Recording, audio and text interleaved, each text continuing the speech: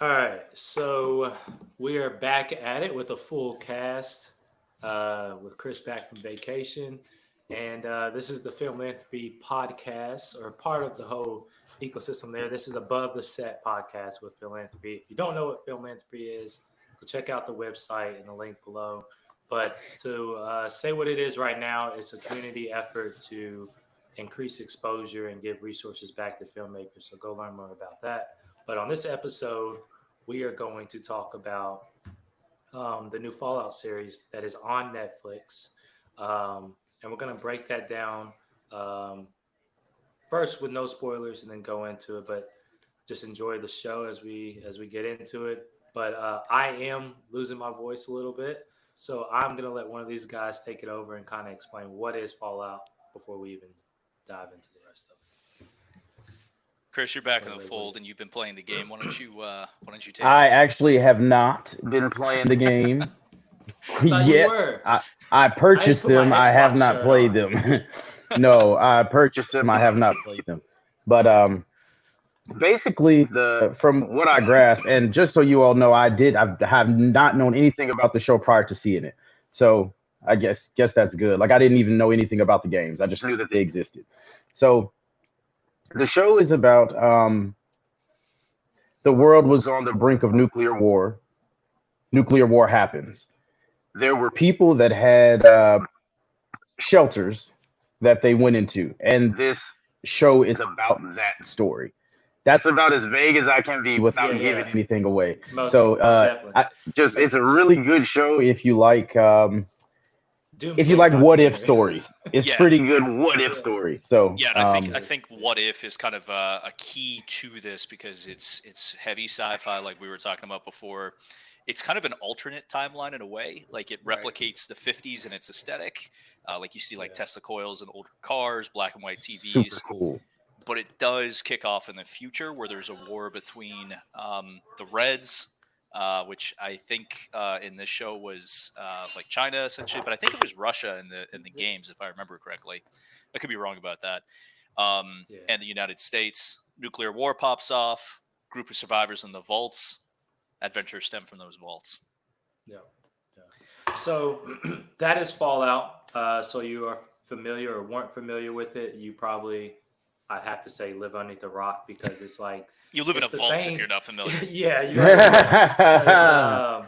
Because Fallout is a huge game series, and that's where it's stemming from. It's been a game that's been out, I think, since like the early 2000s. Um, and the story came over to cinema now on Netflix, so you can go check it out after I you think it learn was more even the about it late from us. '90s, right? I think it was the It could. 90s. '97. It, Mhm. oh, it was 90, so it's that I old. think So so. it's a long storyline. Hey man, I'm from the '90s. What do you mean I'm it's from the that 80s. old? So Yeah, so you must be a relic to Trey. I know, you know what I'm saying? Well, he's the second relic, so No, hold on. I was born in the 90s. You were born in the 90s? Oh, never mind. All right, let's move Yeah, on. yeah, Let's move on. yeah. Yeah, we're all old as shit. I We're mean, close. Don't worry, we're close to it. We're yeah. just that. We're Corey's just the outside the youngest. '80s. Yeah. But all right. So before we get into it, we're actually going to play a game. We're a little late and off the schedule. We should have been done with the game by now, but I don't know. Sue us. Don't really sue us. But all right. So this is a game that I came up with, Okay. and I think we are going to. I'm going to talk about this game and what it could be.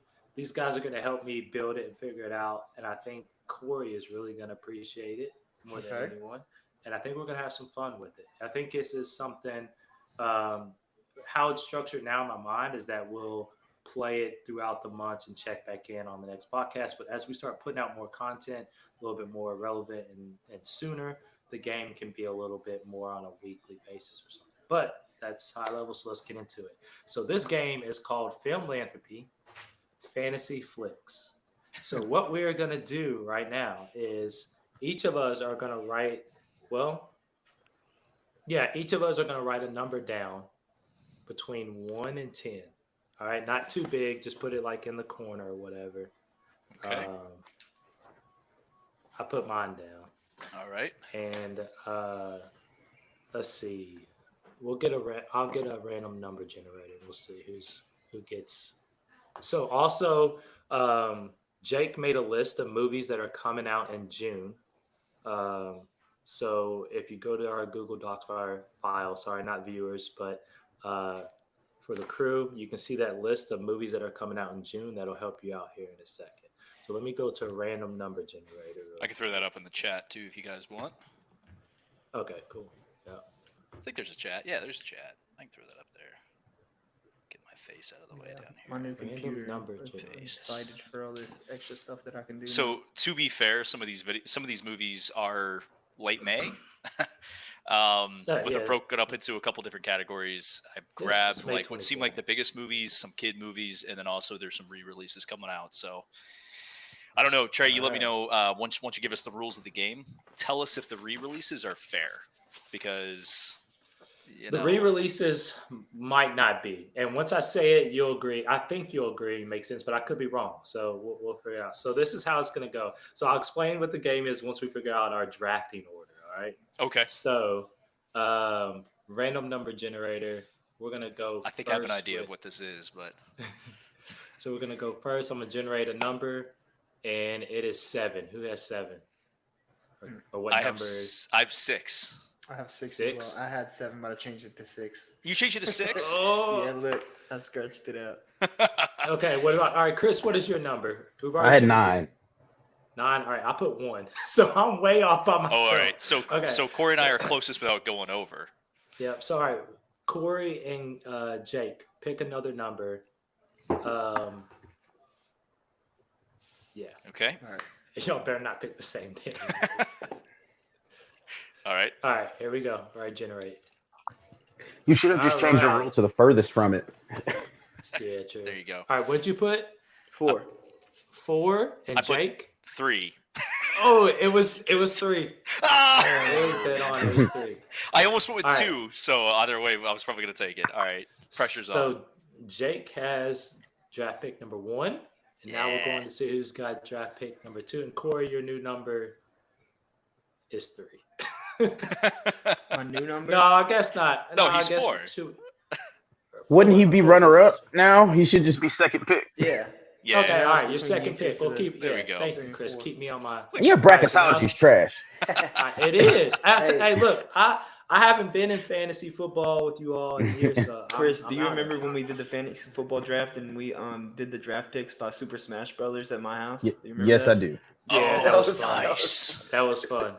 That's a good way to do it. Okay, so the next number was 0. So I am third pick. Chris, you got last. Of course. All right, so for this team, and just to keep it simple and for this go round, I'm pretty sure we'll perfect this because I think it'll be fun. I was thinking how we fill the rosters will be top grossing movie. Ooh. Okay, so write Okay. that down. Top gross, and then I can't even think of the word, but just like one that bombs it, just fail movie. Flop? I guess we'll call Biggest it. flop? Flop, yeah, biggest So- flop. Biggest flop and then the highest grossing. Okay. Yep. So, and by flop, just to be clear on it, do you mean like it literally like its budget and everything Set. else like that? We're just gonna go. We're gonna go off box office for those two. for Okay. Box office stuff, and Okay. then and then I wanted to do something with cinematography and acting, so you all can have y'all's input. Should it just be like best cinematography, and maybe we can get. How are we going to reviews determine will that? Is that tell- just like an opinion then at that point? Well, I was or- gonna say maybe reviews. Our audience Uh-huh. can kind of help Okay. us. What about nominations or something like that? Like Well, we'd for have to the wait rewards. a long That'd time be for a long noms. time. Yeah, Yeah. true. Okay, well, Um, we can go off of that. I mean, I think that we can ask the audience. We can come to a Oh, consensus. okay. I mean, I don't really respect this platform as much anymore, but I was gonna say we could go off Rotten Tomatoes. Which one has highest, lowest?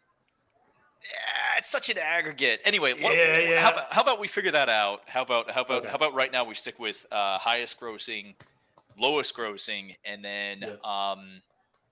maybe we can. I don't know if you want to do an aggregate later, then we can figure out if you want to do like what's the most critically reviewed or whatever. I don't know. we can play around with it. It'll be fun. Like Yeah. I said, it's a So- long term thing, so we might add. So yeah, rules so and change just rules best later on. acting. So we'll do best acting and then best Okay. cinematography. Okay. Okay. So, Okay. uh, So All right, that means we so- get 3 picks each, right? should be 4. So we There's 4 of want us, to we want to try to 12. shoot for the lowest one. Oh, so- no, I'm sorry. Maybe I did do it wrong. Yeah, so I was shooting for 12. Each of us get to pick 3. Okay, Okay. so yeah, let's just do best cinematography. We'll leave acting out for now. Oh, yeah, he would. Damn, that's going to be a Best hard one. visuals. Okay. Best visuals. Okay. All right, Best so yeah, visual. all right. So All right. So I guess I'm So on as the we- board. And I will have this list come up on the side when Mm-hmm. I edit this for you. So I'm actually going to edit this. Yep. All right, so let me go Okay. on to the list that you have here. And yeah, Jake, you got first pick. All right. So I'm going to go for highest grossing. Okay. I think I'm between 2 here, and I'm not going to say the 2 that I'm between because I don't want to inspire you guys too much. But I'm gonna take Inside Out 2. Reason I'm taking that is because the first one that came out, honestly, it wasn't my cup of tea, but it was critically successful. It appeals to kids and to adults. I think that it's going to do well in the theaters because that's one that everybody's going to come back for. Summertime, kids are out of school. I think it has a good shot. So I'm going with Inside Out 2 as my highest grossing. Okay. I put your name beside it on our doc. All right. Okay. Corey, what's your pick and where are you putting it? I'm gonna stick with the highest grossing as well. I'm gonna go. I know it's not a popular pick for this podcast from previous conversations we've had, but I enjoy the series of the Furiosa. What's the Mad Max? Okay. I like the Mad It's Max a Mad movies, Max, so yeah. I'm gonna go for that. I know it's got a lot of popularity right now, and That was you my got second pick. Hemsworth, and it should be a good one. Yeah. Okay. And if you guys, I did look at all these movies, so if you need to know what any of them are, a reminder, just ask me. Chris is about to be so mad at me. No, he's gonna I know end up where- I know what Trey's with picking. Thelma or something. I know what Trey's my picking. top, my Now, top but here's the thing, because grossing- he can. Oh, sorry. Go ahead. But I was gonna say he can win on like lowest grossing and. Oh visuals, yeah, he can still, maybe, yeah, he but- can still catch us. Yeah. Top gross, and I'm The way going Trey's- with the way- Bad Boys.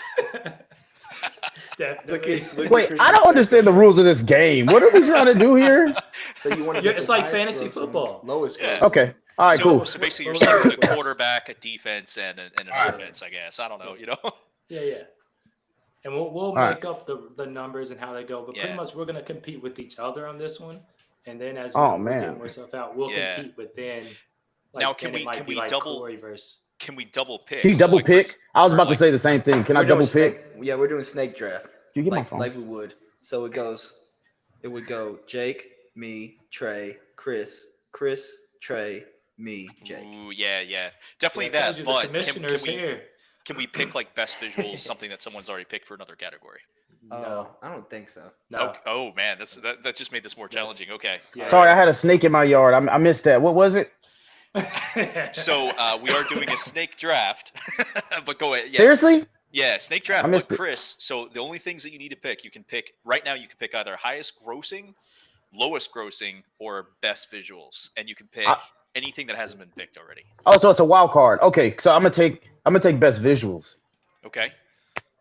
and I'm going to pick. This is visuals, right? Not somebody holding the camera. Yeah. Visuals. Yeah, visuals. All right, Yeah, even CGI. Just sure. Lord of the Yeah, Rings. yeah. I'll take a Lord of the Rings However- trilogy. Lord of the Rings trilogy for best visuals, So please. I think you must have missed this part Yeah. too, because Trey What? said that we should have deleted that, but re-releases won't work Yeah. for this. No! yeah, I don't think it will. Yeah, but Yeah. you would probably won. Yeah, I mean that's a good choice. Probably even grossing, honestly, would probably do pretty well. Dang. Yeah. So Yeah. right now you've got Yeah, the just do the kid top stuff is 12. there too. So like Yeah, you got the Garfield stuff. movie. School of Magical Animals 2 is like a CGI thing with like singing and animals and Man, I'm gonna take Bad Boys. Just give me Bad Boys, man. Already took it. Dang! Trey, you're right. You did say I was gonna be mad at you, and I didn't listen to what you said after that. I just stopped listening. I'll take Soul Red. A Quiet Place. For what category? At least I know what that is. I want to see that one. So I. For Going for top top grossing? visuals. Jeez. Oh, okay. That's actually a really good pick for top visuals. I mean, that could have been a good highest grossing as well, maybe. But I think visuals, because you're gonna have CGI, you're gonna have action, you're gonna have. I think Lupita Nyong'o's in that too, right? So that's what'd you pick for top grossing? He didn't pick it yet. No, that's what. So I said that's what I was picking. Yeah, for I said top he grossing. could take any category, Okay, never and mind. then That the is next top pick grossing. That's his top grossing pick. Yeah, so we're just filling slots, so it's like you can take whatever. Yeah. Yeah. But it's back to you, Chris. You have so two Chris, you open get to go spots for again. biggest So flop either or top best grossing or cinematography. lowest grossing. He already picked. That's his. Yeah, I'm tracking. Yeah. All right, so let me get. And you said no double picks? No double picks. All right, biggest flop. I'm gonna take. That's a good one. When Marnie was there, I'm gonna take that. Okay, that's probably. I'm assuming they're not going to make as much money as they put in because I don't even know what that movie is. So, man, I feel bad for those people who spent the time to make that movie, but so I don't want to be this guy, but technically that's a re-release because that's the 10th anniversary of. See, I didn't even know what it was. All right, I'll take Garfield. Man, give me Garfield. You're taking that as your lowest grossing? Man, yeah, I'm gonna take Garfield. But don't nobody want to watch a cat eat spaghetti. Come on, man. Okay. All right. So on to me, and I'm going to pick best cinematography as Horizon American Saga. That's a good pick, man. Oh, And I'm gonna say because I saw a reel where they clapped for 10 minutes at the premiere of this movie. For 10 minutes. They clap for 10 minutes every time it's on, okay? Oh my gosh. It's a Kevin Costner movie? Man, I can't remember the last time I clapped for 10 minutes. Yeah. So that's my best cinematography, and then it's back to Corey. Me. Corey. All right. I'm going to do best cinematography as well. This is a long shot because I don't really know much of these movies, but I just looked up the Bike Riders on Google, and I saw a cool little trailer, so we'll go with the Bike Riders for best cinematography. Damn. Okay. He's researching. Man, that was see, I don't know what any of these are. I just Googled. I mean, you said I just Googled it. Oh. Okay. Yeah, I'm on Jeopardy. Yeah, how do you know the answer? I just Googled it. Yeah, I just Googled it, man. No problem. It's crazy. Okay, so yeah, the Bike Riders. I mean, great cast in that. If acting were still on the table, I would have taken the Bike Riders. I would have gone that direction because you got a great cast with that one. It is got a good looks cast. like kind of like an old school throwback, like almost like an old like Brando kind of style, like kind of joint with Tom Hardy kind of pulling that. Yeah. All right, so visuals. I'm gonna go with Thelma. No, I'm kidding.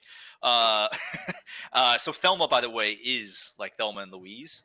You know what? Actually, because I'm kind of hung up on visuals right now, so I'm gonna roll the dice. Now, actually, you know what? I'm not. I'm gonna go off the board for visuals because I don't know how we're gonna judge this, but I watched the trailer for this and I thought it looked really cool. The Secret World of Dang, I was about to pick that. So Secret World of Arietti, that one, it's another animated. It's almost like it looks like a throwback, like almost like old Disney or something like that, where it's like it almost looks like the Black Cauldron or like Fern Gully, like that kind of animation, but it's darker and it has like some more adult themes, but it's clearly like a kids thing. So I guess I'm doing all kids animation today, but I thought the art looked kind of beautiful on it, but I'm gonna go with that. Okay. All right, and then back to me, and we'll end it with Chris. So for my flop, I am picking. Where'd it go? I was just looking at it. I'm gonna pick the secret. No, Kinds of Kindness. Ooh, okay. Kinds of Kindness. I don't know. See, I don't even know what that is. So that is Google it. Yeah, Google it, man. What are you doing? So kind of Kindness is with Emma Stone, and it's like another it's more of like an indie like character kind of piece. The trailer is very sparse, so I don't know much about it. Yeah, I'm good with that one. Hold on, I jumped Trey, didn't I? All right. No, I was third. You're second. You're good. Yeah, I should get the last pick. Right, Chris, you got last pick. For the sake of time, I'm gonna take Atlas. For whatever my last category was. Yeah. So lowest grossing for Atlas. Now Atlas is No. That's best visuals for me. That's best visuals. Yeah. Yeah. Atlas. I thought. I only have the two other- picks. That's why I'm confused. Okay. You only have 2 picks. Well, we Wait. skipped you then. You were supposed to go right after me after I picked. I thought Trey I thought jumped me. Corey. I thought Corey picked bike riders. For best cinematography, I don't have a best flop yet, biggest flop yet. Oh no. Then we're still on. We're still on, man. Because I only have 2. You only have 2. Okay, I heard. So somebody we're- say Oh, last we pick. I was did. confused. Okay. Yeah, my bad. Well, I don't know where we're at right now. I'm still confused. Okay, let's go back over your picks. So right now I have 2 picks on the board. I have Inside Out 2 highest gross, and I have The Secret of Ariete for my best visuals, which means that since we did a snake draft, Chris went twice, then you went, Trey, for your second pick, and then Corey went for his second pick, and then I went for my second pick, which means that we would be coming back around to Corey. You again. Me again? Oh, Yeah. it's me? Oh, so that's why You get okay. a double pick, and then it That's comes what back they to do. me. and gotcha. back to Okay, Trey that's and back my to fault, Chris. guys. All right, so I'm We're Go still ahead. on the board. you Yep, can no, keep you're your good. you can keep your lowest. I don't care, to be honest with you, because I don't agree with you. All right, cool. I don't agree with you, so you can go ahead and keep that. All right, so lowest grossing, I'm gonna go with I'm gonna take Thelma. Thelma is literally like Thelma from Thelma and Louise, but old. So it's a reboot, a sequel. I think. On the thing of think. reboots, I Yeah. didn't know they remade the Jeffersons. Am I living under a rock? Does anybody else know that? Mm-mm. No, when? not. Like, Chris, Google the remake. I was waiting for you to ask me. That's why I didn't say anything. I was waiting. Did you know? No, I did not. Look at the cast. Who plays them? Go look at the cast. I can't. It didn't even pop up on Internet Movie Database, bro. Hold What is- on.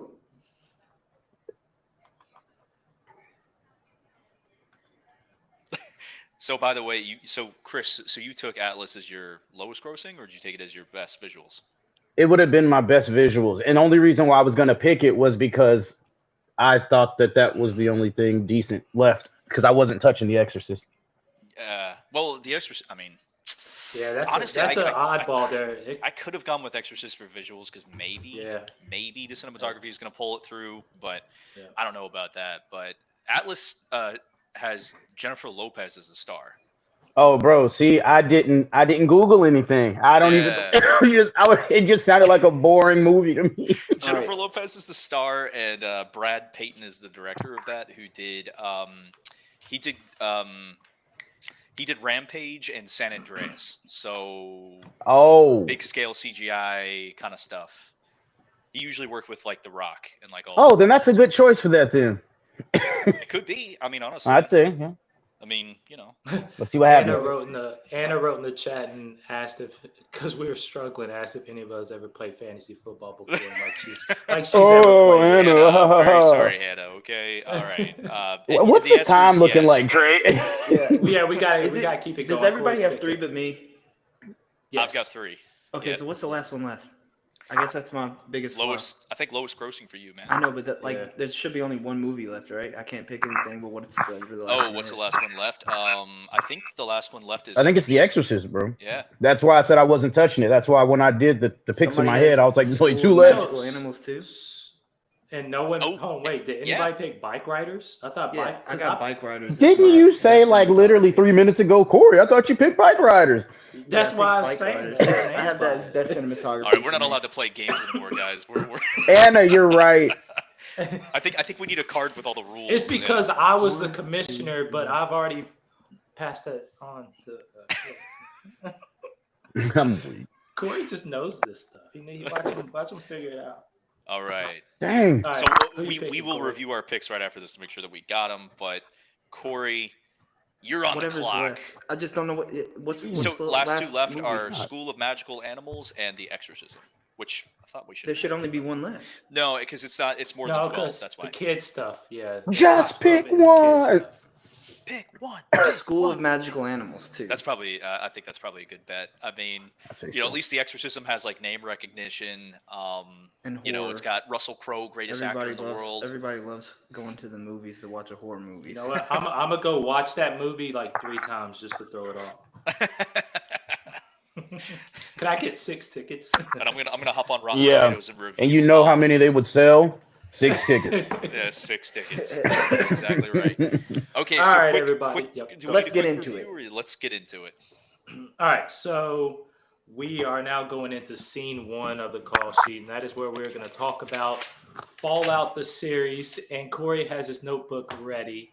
We're going to stay away from spoilers. I can't really remember last time that we did this. It actually was off the top of our dome, and we did pretty well on it. I think we're going to talk about the actual overall story of the film, the directing, how the acting was, and then we're going to just rate it and move on. We're not going to, I guess not all of us are going to get our spill on this, but we'll just chime in and talk on different things. So, overall story for anyone that's watching this and they're like, hey, we want to watch Fallout. How do you all feel about overall story of it so far? I mean, so I think that there's going to be 2 different minds coming into judging Fallout, right? There's going to be the crowd of people who say, I've played the game, I've played every single one. I love the games, I'm an expert on the games, whatever. And I wanted to see something either true to one of the existing stories that they're recreating or something that's really true to the lore. And then there's going to be another crowd who maybe just like sci-fi or just is watching Amazon and they don't know anything about Fallout and they don't care. To me, I've kind of done both. I've played 3 of the Fallout games, I think 3 or 4 of the Fallout games. So I have some investment in them. I like the original 2 Fallout games. I don't love the Bethesda ones. I think this one kind of did follow the Bethesda ones a little bit. But to me, ultimately, I'm going to judge this based on as if I kind of had no idea of what this was. I mean, obviously I do, so I can't eliminate that. But I'm going to look at it as like, how did it just work as a series? And I think ultimately with that, it's good. You know, it's entertaining, but I would call it overall contrived as a story. And we can delve more into that when we get into spoilers. But there's a lot of coincidences that are kind of carrying this thing up. And I think that there's some gameplay reasons that maybe can support that. But we're not playing a game. I don't get to shoot anybody in the head during this. Again, that my lawyer will let me talk about. So, you know, that's kind of a little bit of a buzzkill. This is an extended cutscene, and I kind of want that to really have a lot of teeth. It's split into 3 kind of arcing stories with the Ghoul, played by Walter Goggins. We got Lucy, who's kind of our main character, who's Ella Purnell. And then Maximus, who I'm forgetting that young man's name. Wonder why. Oh, come on. No. I didn't mean it like that. I meant like, I'm sorry. What I meant, Jake, was it was a completely underwhelming performance to me. Yes. No. I'm sorry. I didn't even think about that before I said it. And you know what? The funny, I looked up all 3 of them, and you're off. That is gonna. And honestly, I mean, I completely. You and I are on the same page with that one. So, before we go into acting, we'll keep with the story. But I have input with that too. All right. So overall, you felt like it had its moments, but it didn't really close. It has some memorable moments of payoff, and overall, I would say that, in my opinion, maybe they sacrificed like more of a cohesive, deeper plot structure and maybe character arcs for fun. Like it seemed like if they had the option in any given scene, they would choose fun. Like let's go for the laugh, let's go for the lighter option, let's go for the fun. Stakes are low across the entire thing. Now, Fallout the games, it does have that veneer of like, you know, this like kitsch. There's like goofiness to it. There's like a satire element happening, and I think that that's reflected in the show. But again, I got to judge it as a show. Like, I binged this over the weekend more or less. So even with this as like an assignment and sitting down and binging it, like there were a couple times where I was like, all right, I guess I got to go watch it. Yeah. And you know what? Now that I'm thinking about this, and I'm like, that was great perspective. I was thinking like, shit, we should be talking. We should have Corey and Chris give the overview of the story and what they felt, and then have you on that. But we'll get I was better about at to say this. I feel completely different about that because Oh, me I too. didn't know anything about the story, so Yeah. I Right. felt like I know the characters pretty well. Like I feel like they did a good job at like having a character arc for them, Yeah. So and Chris, go I into it. don't feel like it's over. Like I don't feel like they felt the need to end it in a season. No, I agree. I mean, it's obviously set up for season 2. Yeah, There's yeah, no yeah. doubt. Yeah, So the Yeah. ending. Yeah. I didn't Um, play any of the games myself, but I knew of the games, so I knew a little bit of background of the games. But watching the show, if you didn't know anything about the games, sometimes there's like, why is that guy using this? Like, why does his gun sound like a plunger when he shoots it? You know what I'm saying? Like, Yeah, Yeah. and like there's the some pet things that boy were and like really stuff. kind of hard to understand as just a uh, viewer if you were just watching Wait, it that happened in the alone. show?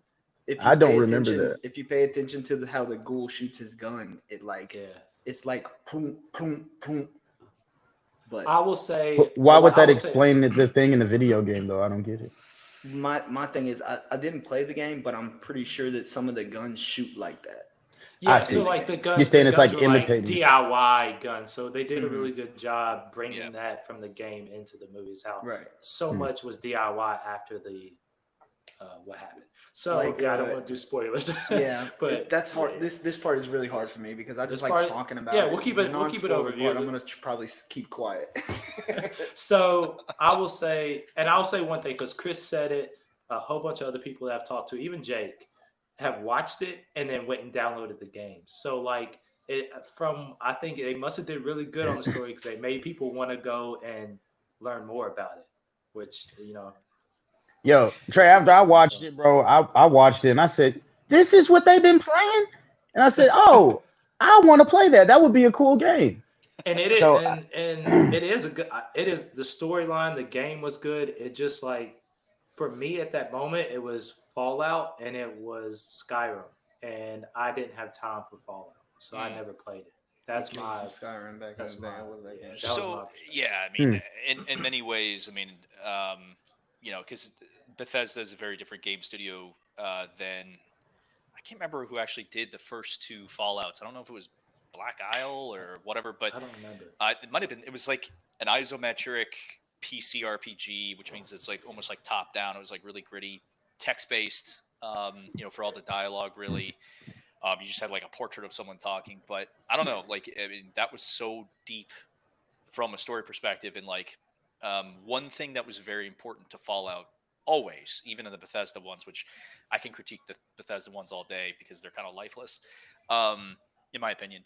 But like your choices matter on a moral scale. So who you are, like how you like Yeah. view the world, is very important to how other people view you, and how everything ends up blowing up. Because the series did kind of nail like things often go wrong, even if you make the right choice. Things go wrong, and I did appreciate that about this series so far, is that it did seem to have a bit of that DNA of like that moral ambiguity, and I think that's actually where it got things like it did very well, like some of that moral ambiguity of like making those moral decisions, and some of the growth challenges to the characters I thought was actually fairly strong, especially for Lucy.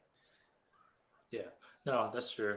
And I'll say, like, one of the things that I liked because I knew about the game and everything is, and this will probably go into the cinematography, they did really well at portraying that world as far as the things they brought in, the pet boy, the language that they talk, kind of like how clueless the main character was. As you start to watch it, you find that out and stuff Yeah. like that. So And I by the kind of, I by, kind of by the like way, that part. for I guess we kind of, because we talked about like what is the story of Fallout, but I guess we haven't talked about what is the story of the show Fallout, right? Yeah, Um, it's not based off the same. So the game is based off Vault 13, and this yeah, one's based off Vault 33. So it's at least one of I don't even know those. if it's at Yeah. the same time. No, So but no, we did talk it's a about what different the time. show was about. Remember, Trey asked me to do it at the very beginning, so I Yeah, guess we didn't talk about well, it. that was like the Fallout universe, but like Yeah, this, like the overall plot of the show for those that are kind of following along or haven't seen it yet. I mean, Lucy, who's the title character, or not the title character, but Lucy, who's the main character, really, who's played by Ella Purnell. She is in Vault 33, right? and Vault 33 is part of a triumvirate of vaults 31 and 32. Mhm. It starts out, she's about to get married, and hell breaks loose. We can talk about that. It's the first episode, so we'll get into Yeah, yeah. spoilers later. But and she ends up on a quest to go save her dad. Basically, along the way, she meets two other characters that become very important to it. The Ghoul, played by Walter Goggins, who is amazing. We'll talk about that, Chris, for the He's getting actress. some sort of award for this. Oh Every my God, scene he he better. steals it. He better. And then there's Maximus, who, again, I got to look up the name, and he's part of the Steel Brotherhood. Steel Brotherhood is basically the remnants of the U.S. military, and they are just like big mech suits militaries. They bring in like the sci-fi aspect, and they're all converging on a particular MacGuffin that turns out to have key consequences for the world. So I And I think that's guess kind of the overall Before we plot. get too confused here, Yeah. the Brotherhood is in the wasteland, and these vaults are down deep below because there was a nuclear. The vaults are where the Event. rich people went, and the poor people stayed in the wasteland. On the and surface. Yeah. now things have settled. So, Yep. so as we get out, But I wanna talk have about they? this. Yeah, but have they? You will find out. So, on the cinematography side, I want to know what you all's thoughts was, and I'll point out some things. This was a very virtual production heavy production. And I will say, as far as the virtual production went, I think they did really good. And, virtual production, when the way I look at it is the backgrounds, the world, the elements they put you in. It never really felt like this was super fake. So I think they did really good there for my input. The special effects. This is so for anyone watching, you're about to get into it. It's not like consistent, but this can be a pretty gory TV show. Some Mhm. drastic thing. Some people die in some pretty wild ways. A couple of Some scenes. A unique couple of tools, scenes tools are are used. interesting. Yeah. They did pretty good with the special effects there. That's when you And then can tell it's from a video game. yeah, Yes. exactly. Yeah. And then yeah, we'll go into it. I'm thinking about the whole like first fight scene. But anyway, before we get there, the last thing I want to touch on to bring y'all in, and this is something you all might not have noticed, but I kind of do, is the camera work. So this was, and you'll learn this as I talk more about it. There's regular lenses that are more squared off and all that jazz, and then there's anamorphics. And anamorphics are they're called they pretty much squeeze the image out. But what it is it's a wider field of view. And something I kept noticing is when you shoot with anamorphics, it's very blurry around the edges of the frame. And the only thing that kept throwing me off as a watching is probably just me, but it just you could when they changed focus and did things, you would see a shift in everything, and that's just kind of like the downside of shooting with anamorphics. And usually, what they do is they crop in so you can't see that. But that was the only thing I kept seeing because I am who I am. Trey, But what's overall, the benefit of shooting with anamorphics? Like, why do you think they made that choice? so and you do see it often. So the number one reason with the number one reason is the wider field. It just really puts you into the world. Mm, So when you're more shooting squared cinematic. off, yeah, it's more cinematic. You're seeing more of the talent and then what's around them. So that's pretty big to do that. And then plus, usually the background's not that much in focus. So anamorphic is probably a good choice with virtual production because you don't want the audience to tell that the background is fake. And that, Then the second reason is lens or light flares. So if you ever noticed, there was actually a scene where a flashlight was being used. When a light hits an anamorphic lens, it has a flare that goes like a straight line.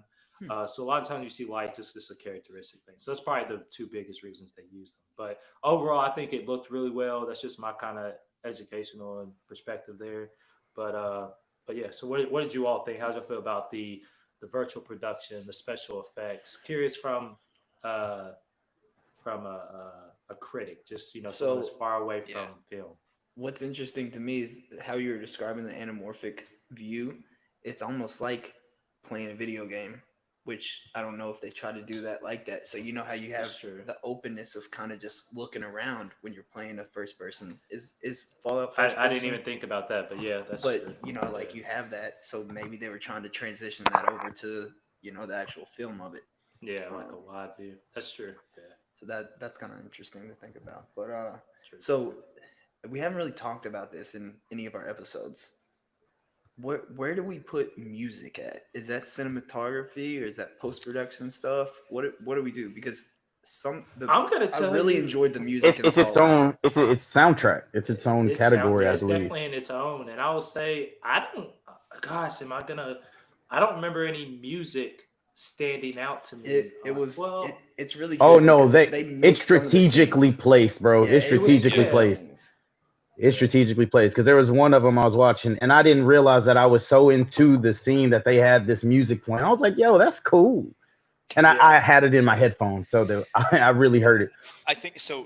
One of the key like aesthetics of the Fallout universe is that 1950s like Yep. product placement. You have the The crooners on the trumpets, radio, and it comes through on that like crackly kind of record scratching records almost. exactly. So they did a good job of blending that. I think there was maybe one moment, maybe two, that I can kind of recall where the music kind of felt like forced almost, and I think it was oddly enough. Again, I guess we're gonna. I don't know. Maybe man, I need to look and see if this was like another unit or something like that. But like on some of Maximus's stuff, they kind of he had his own music, which was kind of like a Johnny Cash aesthetic.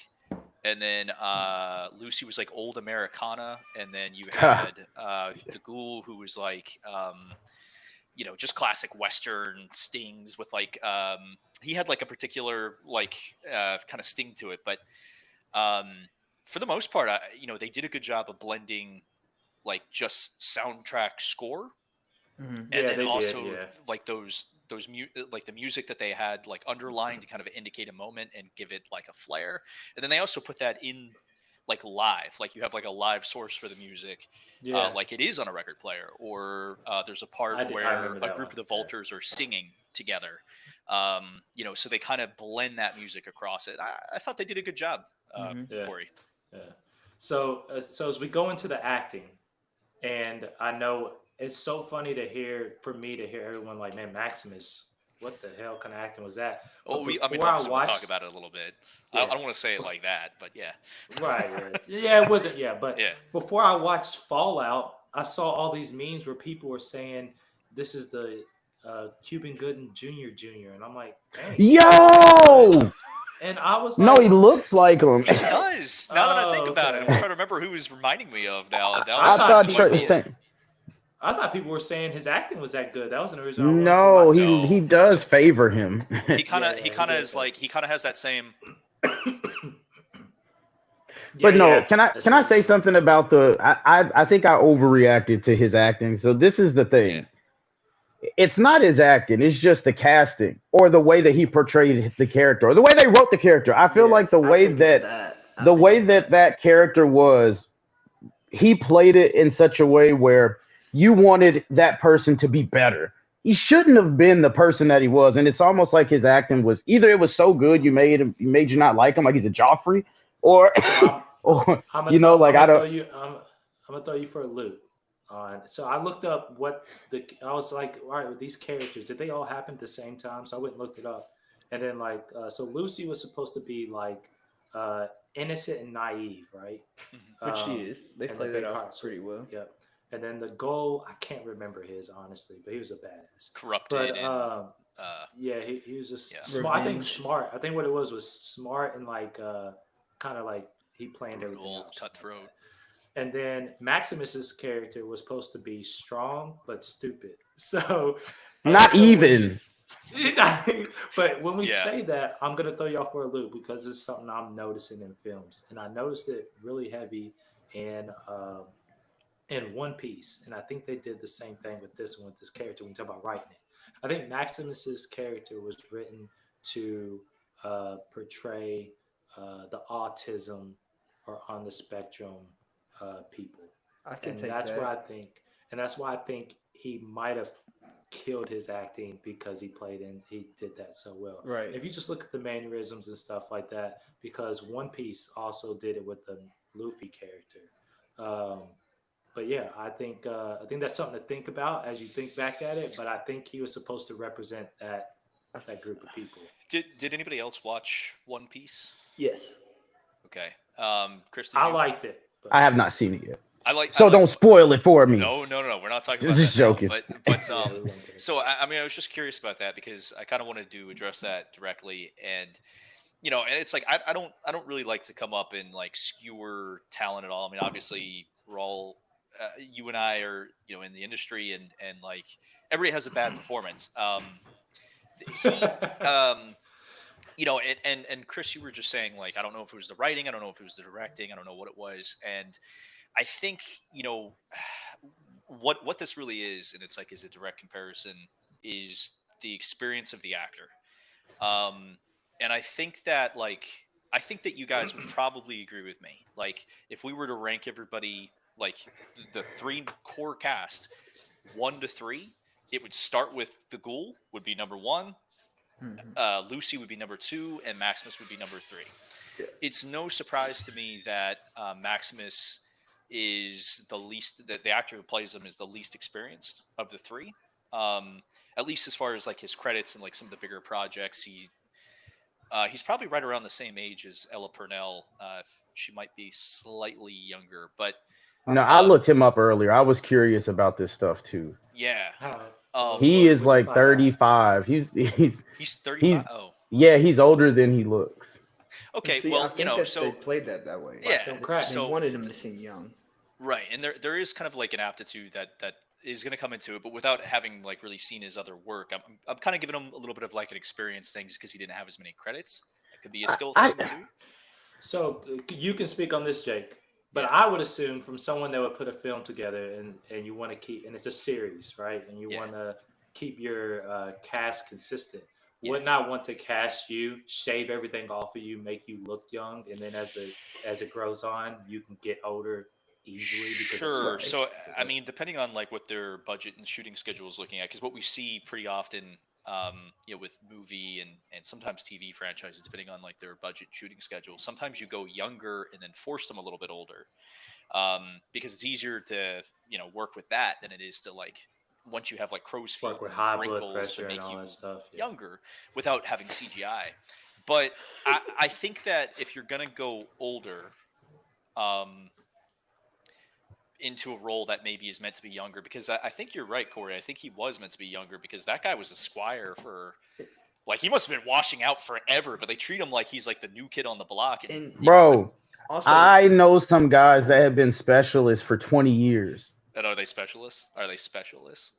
No, I'm telling you, Are they bro, they exist, Chris, are or they they existed at one point. special? But the thing is, no, but I don't know, man.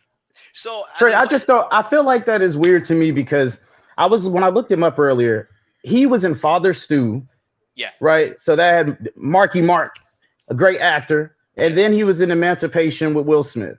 yeah. Sorry. And So he's been in some. He's been around some people, is what I'm saying. yeah. I I just haven't I seen just think the reason that Emancipation. he Don't take my I word haven't for it. either, but it's got Oh, Will. okay, So good. Yeah. Will was there, you know.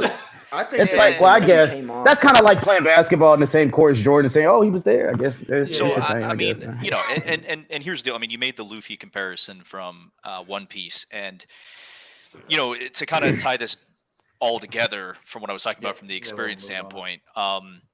You know, there's definitely a problem with the writing in this show. I think that there was some inconsistency. Every show has inconsistencies in directing, usually because they rotate directors. In a TV show, directors don't always have a lot of time to work with the talent, so sometimes that falls either to the actor themselves or to someone else. It just kind of depends on what their budget looks like, who the director is. They were probably working with people who were more used to working with CGI and the camera to make this look right. So they may not have had as much like character work and hand holding. But with Luffy, and that guy who played Luffy has been kind of like a star in like Southeast Asia for a while. Yeah, that was my first time seeing him. So. Yeah, me too. But apparently he's been around for a little bit. So, he had some experience. But I think for his casting, not only did he have the physicality that they needed, obviously, but there was this level of commitment to the moment that I think that he held better than Maximus. So from a mimicking of an acting standpoint, like mimicking of an action, like if let's just assume he's on the spectrum, right? And I'm not an expert on this, so I hope no one should take my word at this at all, but from what I do I'm know, not saying any of the actors were. I'm saying just no. yeah. I understand, but what I'm saying is I'm not an expert enough to say how good he acted it. But what I can say is that without knowing he was on the spectrum, but assuming that he is playing a character who is on the spectrum, I didn't. It seemed like he was going from rehearsed moment to rehearsed moment. Like, oh, okay, like now I'm supposed to occur. Like Luffy had this there was something genuine about him where it's like I honestly believed when he was like happy for someone, that dude was happy for someone. And if you've met with someone who does have challenges, on the spectrum, or someone who has a mental disability, one thing that you often see from them is a purity of their emotion. Like they haven't gone through as much of the socializing that we have, where it's like, don't cry, don't smile, don't hug, don't touch, don't do this. Like, and I'm talking like once you get extreme down that. If you think of some of the performances of people who have like portrayed characters like that, like Forrest Gump, he's very genuine the entire time. Now, I'm not trying to compare this guy to Tom Hanks. That's not fair.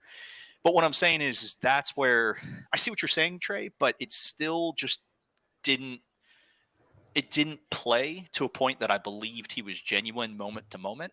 Whereas like Goggins, who is very experienced, veteran actor, he's older, by a fair bit than either of the other two actors. I'm gonna give you my different take on Maximus. Okay. So I want to hear it. The what you're saying about him socially from scene to scene, learning like, oh, this and this and this and this. Yeah. Without trying to spoil too much, his That's gonna be our character build on how he grew up alone and then was taken in to this brotherhood.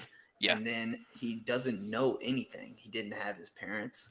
He's grown up into this. And as you see, we say Lucy's the naive one in the show. As we go along, once Lucy starts, in her story with Maximus then becomes the naive one later on in the show for certain things, and he's like, oh my gosh, what is all this stuff? Because he's never seen it. He's been on the surface, right. And all he's known is the brotherhood, and that's why he seems so dedicated to certain things in the brotherhood. But then when it comes away from the brotherhood, he's just like a child again, because that's all he knows. Yeah. Well, so that's why I took Maximus in a different way. I don't think it was as bad as you guys are putting it off, and I know you're not putting it off as he did bad acting. Yeah. I'm not just trying to watched grind him it differently, I guess. Yeah. So I mean, did you like whenever his story arc came around, like when they were all separate, was that something that you were kind of like looking forward to when his story arc popped up every single time? Did you follow along in his arc really well and enjoy him? Not every time, but as everything comes together, we see towards the end that it could go somewhere. Yeah. I don't know what you just said, Corey. I'm sorry, I'm just gonna jump in. I I had to walk away with my my I was just talking about how the way Maximus was raised. Right. He didn't have parents. He was raised only by the brotherhood, and he doesn't have anything outside of that. So that's why every time something new happened, he's like, "Oh, what is this?" I hear you, but if that's true, if that is truly true, then he is a really bad soldier. If you grew up around soldiers your whole life and you get beat up on a daily basis, you're not good at your job. And I think this also comes to another. Comparison to the game, right? So, as I said, I don't know much about the game, but I've watched a couple videos on what the game is, and as your character, you have an attributes list. Yeah. So I actually think that with the character build in the films, they chose to say, hey, some of these attributes are gonna go. They're gonna. I can see that. A lot of this skill. I can see that, but he better be a superhero in something later, because but he's weak in all categories, buddy. What about that? What about that gun though? What about that gun? What do you mean? He's Corey brought this up to me and said this. He's weak and everything else, but think about. We'll talk about it when we can spoil stuff. Yeah. I don't want to get too deep. So we're gonna get into that. And real quick on that. I mean, I think because you're 100% correct. It was clear that they assigned the traits to the characters. Trey and I were talking about this Tuesday night where I was like, okay, and I said earlier, this is a bit contrived. Like a lot of the plot that unfolds, it's very contrived. There's a lot of conveniences that happen. Well, ostensibly, Lucy has the luck trait. Whereas like Maximus probably has the jinxed trait, and that's part of where they kind of end up together to kind of play as foils. He probably has the strong trait or whatever it is. I think Maximus has the sharpshooter trait. That's what I was trying to say. I think Thaddeus does actually, but yeah, we could delve into that because I want to hear what you have to say, but I don't want to spoil anything, and we can hash that out. But to that point, I think that the writing of this as a show might have suffered because the dedication to the themes of the character, because just like Lucy, and in a way, just like Walter Goggins' character, the Ghoul, they're all dedicated to a view. Maximus believes in the vision of the Brotherhood, at least initially. Lucy believes in the vision of the Vaults, at least initially. Walter Goggins, the Ghoul, he kind of is the pivot man on that, where he kind of goes, he kind of shows the sliding scale of how someone can change and have their belief structure broken. I think that stuff is strong. That's a very important way to build a framework of your script. But you have to fill it in with actual character growth, actual character moments. I'm not saying all that stuff didn't happen. It just wasn't very strong. They suffered by leaning too much on those traits. Yeah. Sorry, I was checking our views on YouTube. No, yeah, I agree. I'm the prize, buddy. Make the views good. Don't worry about the number. I agree with your perspective for sure. So let me see where we're at. So we started late and everything, but we might skip. We're gonna do one B-roll. So what we're gonna go into now. Well, you might have been the only person, but we'll see. I thought Jake had something. We have one B-roll. I'll make it quick if you're cool with that. What we talked about earlier. Before we go into it, all right. So if you're watching this right now, we're about to go into spoilers. Mute us until you get the cue that we're in the rap party wrapping things up. Or just set a time limit. Check out the part 2. We got about 20 minutes. Check out the part 2 when it posts as spoilers and watch there. Peace. Because we're about to spoil a lot of stuff. Yeah, and if you have been watching it already, come along for the ride. Let's go. Let's have some fun. And so we're going to do a B-roll, and then we're going to go into talking about the movie. But Jake's going to hit us with some B-roll, which is going to be some film news. Some spicy film news. So for B-roll, for anybody who doesn't know yet, which no one knows yet because we just learned about it too pretty recently. But B-roll is going to be trivia, history, film news, but... listen, some random off topic from what we're actually talking about on the podcast. Yeah, just a little aside, a little refresher. Quick little discussion, and this to me was actually kind of relevant because Fallout kind of deals a lot with the dangers of capitalism, the free market, favoring profit over humanity and corruption and what have you. So there is a site called Backstage.com. Backstage.com has been around for a long time. Everybody in the industry knows them, whether you're trying to get a project filled or you're trying to get onto a project. It pops up on your social media a lot. They monetize a lot of their articles. They get a lot of industry professionals in there. Well, it's classifieds for film. So it's like a Craigslist. Exactly. It's known for theater pretty well. So I hadn't been on Backstage for a while. And since I've moved back to the East Coast, I got interested in getting involved in theater again. I was told Backstage still had a good amount of theater on it, so I figured I'd give it a shot. Well, a couple weeks ago, it turns out they changed their terms of service. I will not read all the gobbledygook to you guys. You guys can look this up. Google it, whatever. DuckDuckGo it, so they don't track you or whatever. But more or less what they did is they changed their terms of service for any headshot, any reel, any file you upload as an actor or filmmaker or what have you to show off your stuff that you pay them to host so that you can find projects.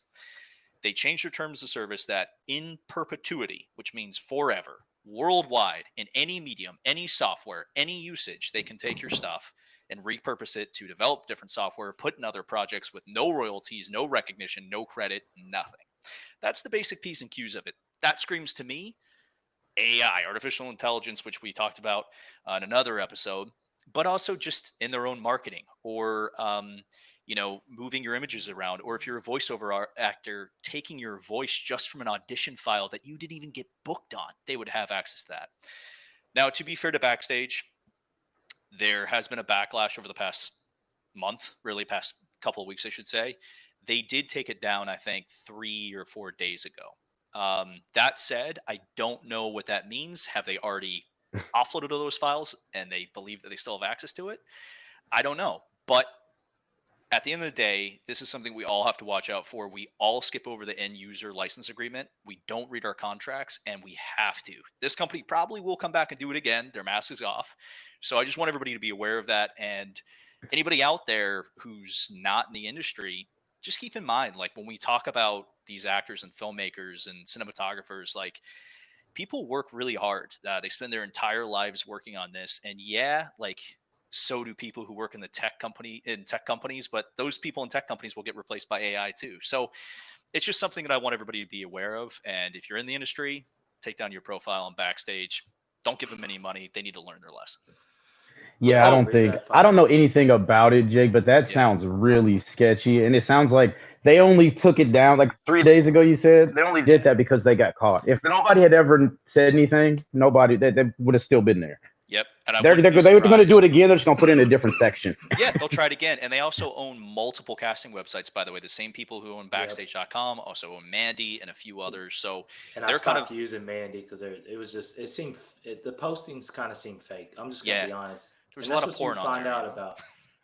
Oh. Yeah, and there's spam. There's spam. Ooh. But I don't want to take this too seriously. So also some film or entertainment history. 10 years ago today, happy anniversary. I'm sorry it didn't last, but Kanye and Kim got married 10 years ago today, and unfortunately it didn't last. But that's also some fun news in entertainment history. Yeah, I mean. Oh, I forgot we were doing that. I was like, why are you telling me this? That's the B-roll, like, when you rewatch my face when he said that. I was like, don't give a damn about Kanye. Yeah, I just wanted to bring it back to have some fun here. It's definitely relatable because I mean, Kim became famous off of a movie. Yeah, that's crazy. Anyway, that's film. That's film. All right, so going on into the spoiler section. Oh man! Starting now. I'm going to open it up to these guys because I'm curious what you all thought. Last time we talked about this, we went through the movie stages, but this is obviously a series with episodes, and we're not going to go through each episode.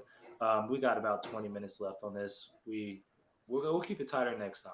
But yes, hand, sir. No, I'm just saying, can I go first whenever you open up the floor? Yeah, most definitely. All So I would like to keep us from like beginning, middle, end, not even that way, but let's go through the story just so the chapters line up with the YouTube algorithm. But as I open that up to y'all, I'm curious, how did you all feel as the show opened up? The hook, the opening, the introduction to everybody. All that stuff. The beginning of the show is what made me want to watch more. Like that first scene, you're like, okay, this guy is at this party, blah, blah, blah. And then he gets disrespected right in front of his daughter. And you're like, what in the heck is wrong with these people? Like, in what world does this happen? And then this is what the scene, like, it took my breath away when you see that first explosion. And then he stood there and I thought he was going to say something, but he didn't. And then then they run, and then the scene where all of them happened was amazing to me. The opening scene caught, and it was just, I wanted to watch the rest of it after that. It was a great build up.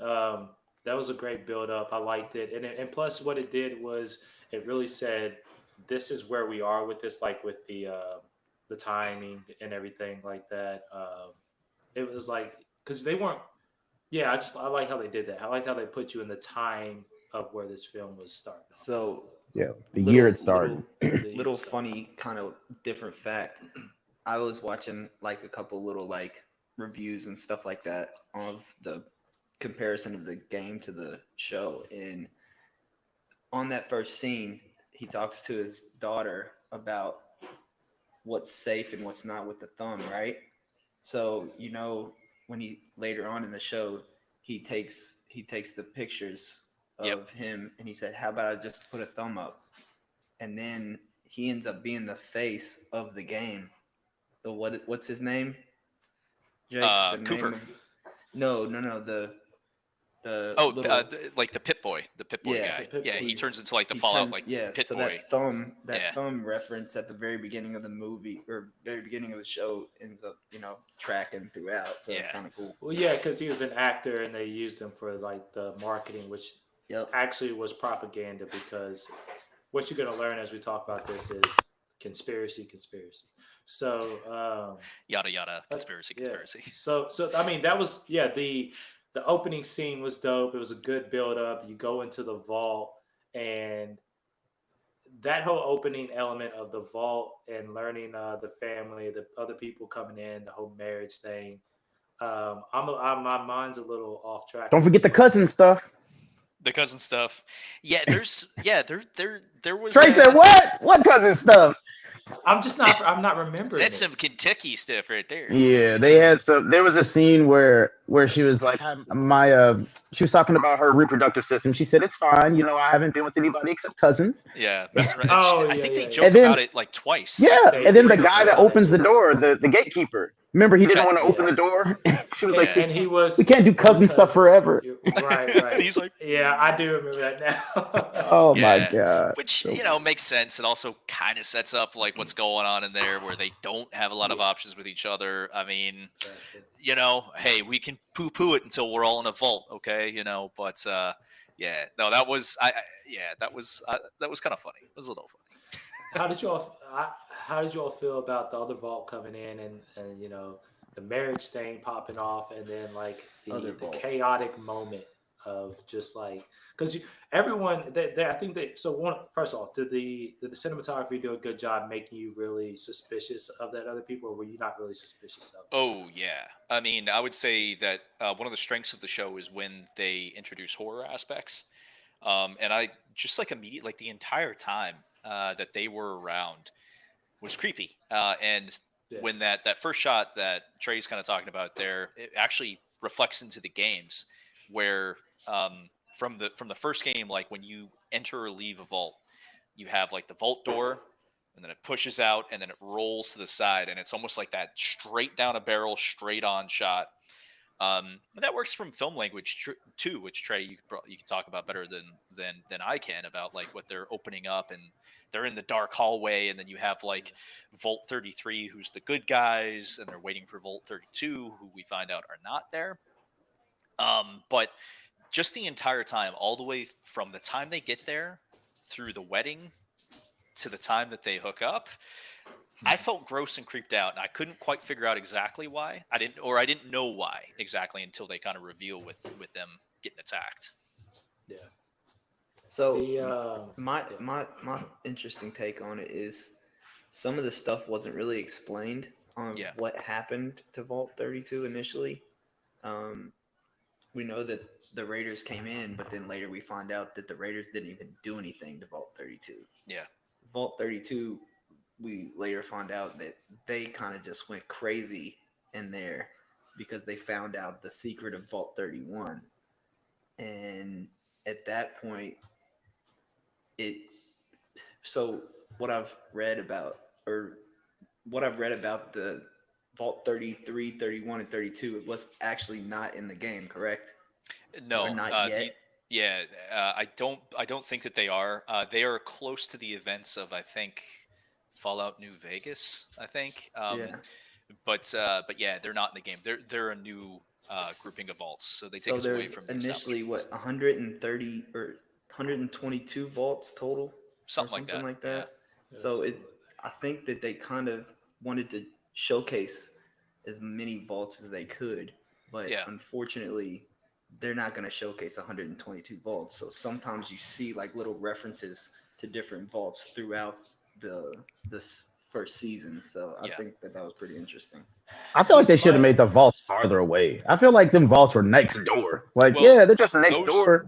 Those three were so. Those three were That's set up as crazy. a triumvirate of vaults together. So they had like posters there that was like 31, 32, 33 stronger together, and they were like we're safer sequestered or safer apart, but stronger together as neighbors. That was technically part of that particular grouping's experiment. Yeah. So there was a reason for it. Oh, Most vaults we were further do apart. know what we Okay, do I know missed what that. happened. Yeah. Sorry, I had to because I should have went back. I should have refreshed myself. I know I thought I could remember stuff, but I watched it twice just so I could try to refresh. So myself. Corey, we do know what happened to them in that vault. 32. If you don't, if you don't remember, as the conspiracy starts to come out, and we'll catch everybody up to this as we go through it.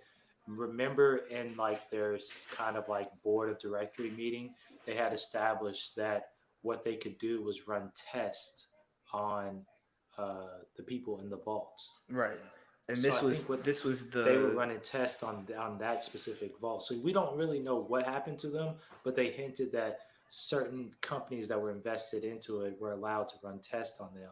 right. And the people that managed them to get the test run on them were plants, which were like the girl's father, because Which remember they is took him all, out everyone of in 30 Vault 31. Yeah. and that's why you always Yeah. saw that a new leader came from there or went from there, whatever. Yeah. And I their might be kind of very messing it obvious up, but that's obsession what I of think. everybody voting 31 to 33. And 31 that's to what I 33. that's what I 31. wrote in one of my notes. It was like Yeah. the false vision of a perfect democracy is Yeah. what they did Yeah. right there. So like Oh. they think that they're Or they controlling it showed by you the voting, behind the scenes, but really what they really have this- no true. Their vote doesn't mean shit. Right, and again, this is kind of where, and a lot of times, especially in a series, I said this to my girlfriend. I think after I watched 2 or 3 episodes, she asked me if I liked it. I was like, yeah, so far, I think it's pretty strong. I'm enjoying it. I'm like, there's a few contrivances and some character issues that I'm having, and I don't understand a few things that are happening. I was like, but I'm hoping that it's going to pay off later. Well, at the end, it wasn't meant to be a perfect democracy when they show us the flashback and they're in the boardroom meeting. Yeah. And also her dad says it, Hank, I think his name is. He says it too, where he talks about how you have to eliminate the competition. Mhm. Eliminate the competition was the only way to guarantee that there was no strife. But they set up the vaults with competition, so it was very strange to me that they kind of went in with the idea of like we need to, even in Cooper's the ghoul's wife in the past, she gives that big speech about like, we have to get rid of this, and if we're the only ones down below, then there's no enemies out there when they all die. And I'm like, but you guys are arguing with each other. You get like. It didn't make sense to me that they were creating competition inherently. Yeah. So to stand on that, so everybody's aware, what we're talking about now, and we're gonna go into. I want to go into like the character stories and stuff, but the conspiracy that you start to find out through this, if you've watched it or if you want to get spoiled for whatever reason, the conspiracy is that the government, the vault people, vault tech, propaganda people into going into the votes. They were pretty much saying we're going to control the nukes, the actual destruction of the world, and we're going to control on who actually survives this. So we actually control who is there to restart the world. That was kind of the plan, right? Am I throwing that off a little bit? Yeah, but they were like selling it to the rich. Right. Yeah. Yeah, like we're gonna cleanse the world. It's gonna you'll be safe though. Yeah. Because they were worried about not making any money off of what they've made, and then they're like, how do we get people to buy into this? Because this is all a what if, as we were talking about at the beginning, this is all a what if, like a prep, like, but we don't know for sure that these bombs are ever gonna come. Yeah. And then you see Cooper's wife say, well, I know how we can do it. We can drop the bombs ourselves. So it's a very like, hey, we're gonna force them to buy into this. Yeah, it's a very interesting profit making scheme when you go, hey, we have to sell these vaults to everybody and make enough money so that we can make enough money to build these vaults. But we're going to make sure that after we've made enough money to build all these vaults, that our entire customer base is going to die. So our money is worthless, but we'll have the vaults. And I'm like, are you greedy? I thought about that too. I thought about Yeah. that too. At what point does your greed run out? After everybody's dead, what does your money matter? Who What is it? cares? It Like, becomes where are the people that did all this? yeah. Obviously, it becomes like a lust for power since they the way that Well, they're Vault-Tec was trying to get frozen like yeah, right they're all now. frozen. So that was the Yeah. way that they were going to get like their power over everybody. But it they were doing a really bad job in their own vault. Like they really man, they sucked. Like they were bad. Like they Yeah, just sucked at what it they was a bad business plan from yeah. the jump. It's So just all right, so interesting as too. Go ahead. yeah, no, go on, Corey, because we're gonna go I was into just saying it's characters. just interesting too how different where Lucy is told that all these bombs happened 200 years ago, but Maximus is like, no, that didn't happen. Like It happened when I was a I kid. witnessed it. Yeah. I was there. Yeah, So that's a yeah, interesting take. I Yeah, thought which about is that too. the Shady Sands, which yeah, her dad we find out sets it off. Yeah. So as we go into the characters, we kind of already talked about Maximus. But I doubt we need to go into him too much more. But as far as I'm thinking, so that as far as the adventures through these characters, Mhm. what did you like and don't like about like Lucy and I don't know what was like a favorite scene, a favorite moment, something like that. Well, if I we can go give With you a into quick Maximus. Maximus rundown of real all quick, three. Yeah, Oh, let go me ahead. give you my quick little. I put little quotes for a couple different characters, but one All right, quote go that on. really Then Chris stuck will. out to me from Maximus was, "Everyone wants to save the world, they just disagree on how." And that was a powerful quote by Maximus there. But I'll let you go, Chris, on That's your cool. three. No, No, no. go ahead. I was just You gonna got No, you say more? got like, more. Yeah. No, yeah, I go guess ahead, you have more Corey. quotes. That's No, all go I ahead. had. I Finish your just stuff wanted up. to say that because if we're not talking about Oh, okay. Maximus, that's all Well, I want to say. I got more stuff. Don't He worry. said, "Oh, oh, well." so Lucy is basically just like the naive girl that's in every show. I guess you know the yeah, that character. She did a good job at it. She yeah. made you Sexy believe that she voice. was really that silly, or not Yeah, silly, but that's all she knew. Right. Maximus, we've done enough on him. Like we've roasted him quite enough. But yeah. the Ghoul, the I can go best for more. character in the show. Yeah. He killed that role. He did Absolutely kill that role. murdered it. Like I So don't have a favorite scene because they're all equally good to me. Like I thought about all no, of them when you said that. They're all good. he killed it. So I want to say this: what did and I'm probably about to answer my own question. He cannot die, obviously. Why is it It seemed like he could if he didn't get the the juice. energy, So the juice? Yeah, yeah, so the Well, ghouls and Lauren, I think that they changed it because I don't think that the drug was in the I think the drug is in the games, but it's used for something different. And it's used for everybody, not just the goal, if I right, remember correctly. and well, and there's I think that multiple it drugs like too. makes you like strong. Basically, it's almost like a berserk kind of thing. And I think for the Yeah, ghouls, they just use it as like it sustains them. But yeah, ghouls basically are radioactive. They have like a different gene, and they mutate. It makes them appear like they're undead or whatever. But if they like over time they can succumb to like so they live forever technically and they have regeneration, but their brains may not continue that functionality.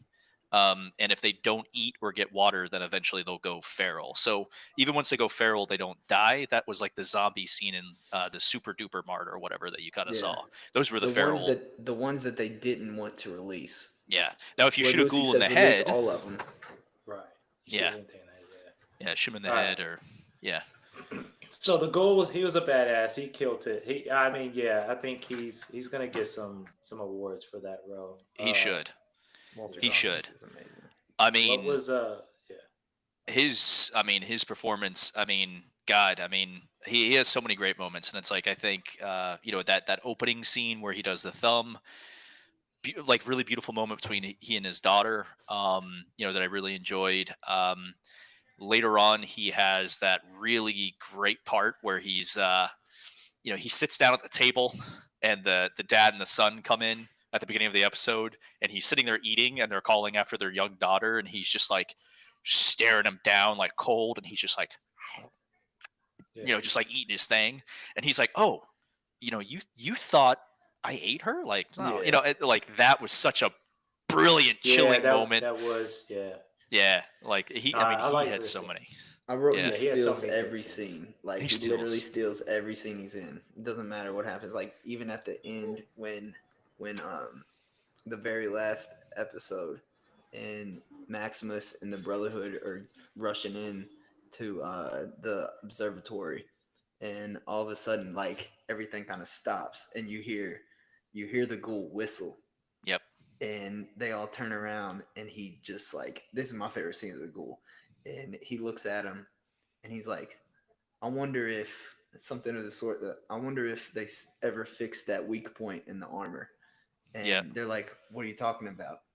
And then he's almost like, "We're about to find out." And he loads his gun and he just shoots right under that chest plate, and Yeah, then you yeah. see Drops that that guy. blood splat out, and I'm like, "Oh my god!" Then that scene, Trey, I don't know what they did for cinematography there, but that was a really cool scene where it gets black, and then all you see is whenever they shoot a Flashes. gun, the flashes, and that was probably one of my favorite scenes. Yeah. Honestly they probably shot that with light and then they made it dark where they needed to. That would be the easier way to do it. But possibly they could have did it the other way. I mean, Hollywood's Hollywood, but no, that was actually the one of the biggest scenes that really showed anamorphic lenses and the flares and stuff. I do remember that now. That scene was dope. I like that. Yeah. That was cool. Although I do have to ask, because I can't remember if they had justified it or not, but his first fight with Maximus in the The little armor town. at in town in Philly, is Maximus's suit upgraded? Is that one fixed? Because the ghoul hits him like 20 times. He's just like lighting him up, and he doesn't hit the weak spot. So I don't know. I mean, I was kind of a little bit like, wait a minute, does that suit not have the weak spot, Well, or do, like what's going on with this guy? Is do it you plot armor? remember At at the that beginning? moment, yeah. At the beginning, Maximus asked Titus if he has the upgraded armor.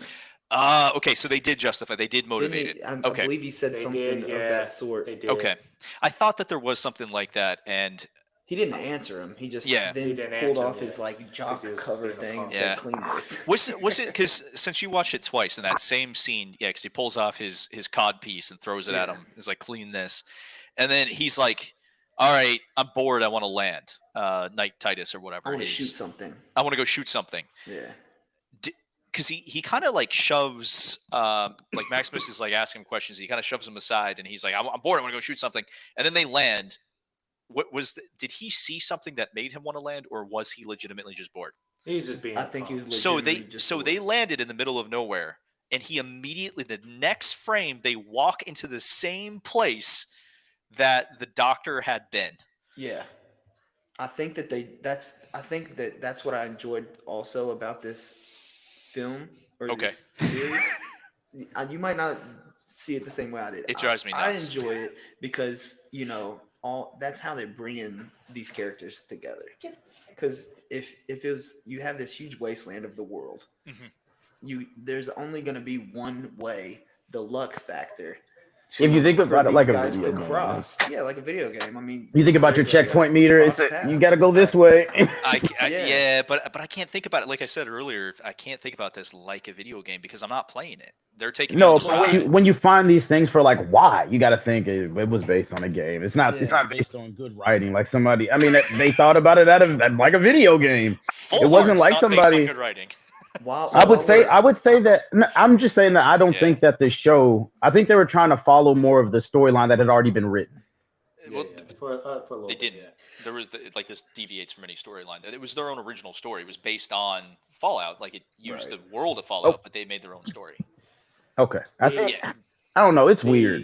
the And and the at that characters. scene, So uh, this is what I was going to talk about earlier, Chris, on why I think Maximus, his character, he's horrible in all senses of being a soldier, except for his sharpshooting, in my opinion, because there's two scenes where he's I don't like remember. he's amazing with the gun. The Mm, first scene is where we're at. We're in the cave. Titus goes into the cave, and then the radioactive bear comes out and starts attacking him. And Maximus has the gun on him the whole time, and he's just watching that radioactive bear just attack Titus. And he's like, help me, shoot him." And he just sits there and watches him getting mauled and mauled and mauled. And then all of a sudden, he takes one shot, and shoots that big ass bear in the head. Even though Titus has been shooting, punching him and doing all this stuff, Wasn't he did point nothing to blank? the bear. No, He was, he was pretty far off, and he he just was- shot it and shot him in the head. I thought he was pretty close. I thought the He was- scene but was it like only it was took- like looking down the barrel. maybe 10 to 20 yards. Like 10 to 20 yards. But it only took one shot. But my other one is the bridge The scene couple on the bridge. Yeah. where Lucy and Maximus are sitting there, and Lucy's like, "Okay, we don't have any guns. We're good. We're just gonna cross." And Maximus having the maybe he pulled that off because he was trying to get laid. You know what I'm saying? but he didn't miss. That's the point. He pulled that gun out and pops both of them with one shot and drops them. Yeah. But All right. So as we're and I agree with you. He was a good sharpshooter. So It was a good shot. I think you're I right. wanna- I think he had the there's- sharpshooter trait. there's some things I want to bring up with characters, and I want to Go bring ahead. this one up now. Then I guess the romance of Lucy and Maximus. What's your take? How'd y'all feel about it? What's the take on it? I got a theory already. What's your what is theory? it? I think that they're gonna fall in love, and then I Sure, think they she's should. gonna be pregnant with Homeboy's baby. Oh yeah, yeah. I can 100% see that. I thought maybe she would be pregnant actually with the Raiders baby that she. If she keeps that baby is resilient because she done taken lots of falls. And also, And she she drank got radiation. radioactive. Yeah. Yeah, man, crazy. But yeah, I think that's what's gonna happen. I could 100% see that, and I think So- that would be interesting. I think from the standpoint of someone naive and someone who's on the spectrum and they haven't had any romantic contact. Exactly. His social It's- cues so are Lucy- obviously. So what you're telling me is Lucy is gonna pop Maximus's penis pimple. Yes, and it's gonna be gross. That right there alone tells you that Maximus either is on the spectrum or just like I said, is so naive because he was only raised in the Brotherhood and Yeah. didn't have any outside Oh, sources they're like a for anything, church. that they The Brotherhood's think, the Brotherhood's a boner yeah, in ejaculation is like a pimple popping.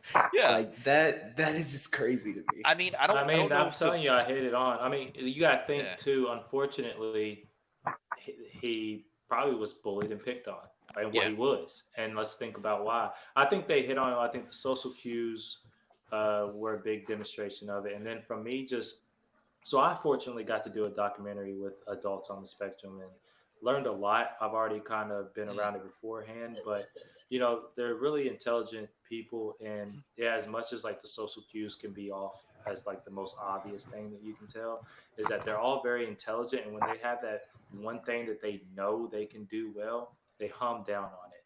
And I would say his thing is like probably being able to shoot a pistol. But I don't know. Yeah. This is just me. This is my speculations. But at the same time, all the guys in the Brotherhood thought the same thing about Yeah. the pimple stuff. Yeah, I mean So, Thaddeus. Okay, I missed that then. Yeah, Thaddeus, who is his squire for a little bit, he says why they bullied him, and his reason was just like, oh, you just like punch down more or less. He's like, everybody It's bullied me easy. when I showed up, and then it's easy, and then I needed Yeah, someone else to bully, so I was hoping that Maximus would get a chance to bully someone too. So they're talking about, and again, that's kind of what I'm talking about. Like some of the themes kind of override the character. They're talking about a theme of the show, of the world, is that everybody punches down. There's a power structure that's at play at all times. There's always a bigger fish. There's always someone bigger than you. There's always someone below you. What you choose to do in that is the important part. But that's also not how humans rationalize stuff, usually. So, I mean, it would have been more impactful, Trey, if he was treated as, like, truly different. Like really, if he was just like, yeah, no, he was a nice guy, but I don't know, there was something, he was weird or something about him. Maybe that would have made it matter to the plot that he was autistic. But as far as the plot goes or the character interactions, No, I think it's just what they wanted to do. I think it's just Yeah. wanting to. I can't think of the word, but just represent. Yeah. Certain people. as for But- the romance, I would have been very fine, if not happy, if they had just waited maybe until season 2. Just like let this establish it, get them into a happy relationship. Maybe they could flirt a little bit. But right now, Finn is kind of. I called him Finn because he has Finn disease right now, like from Star Wars, like from the sequels. He's like Finn. Like he shows up. He's kind of an idiot. He's played for laughs. He's a former soldier who doesn't seem to have any soldier traits. And then he's kind of like off to the side as like a buddy romantic partner, maybe. But with that open romance, in my opinion, that it draws us right into the next season because Lucy pops off with the ghoul Mhm. to go find her dad, and she leaves Maximus there.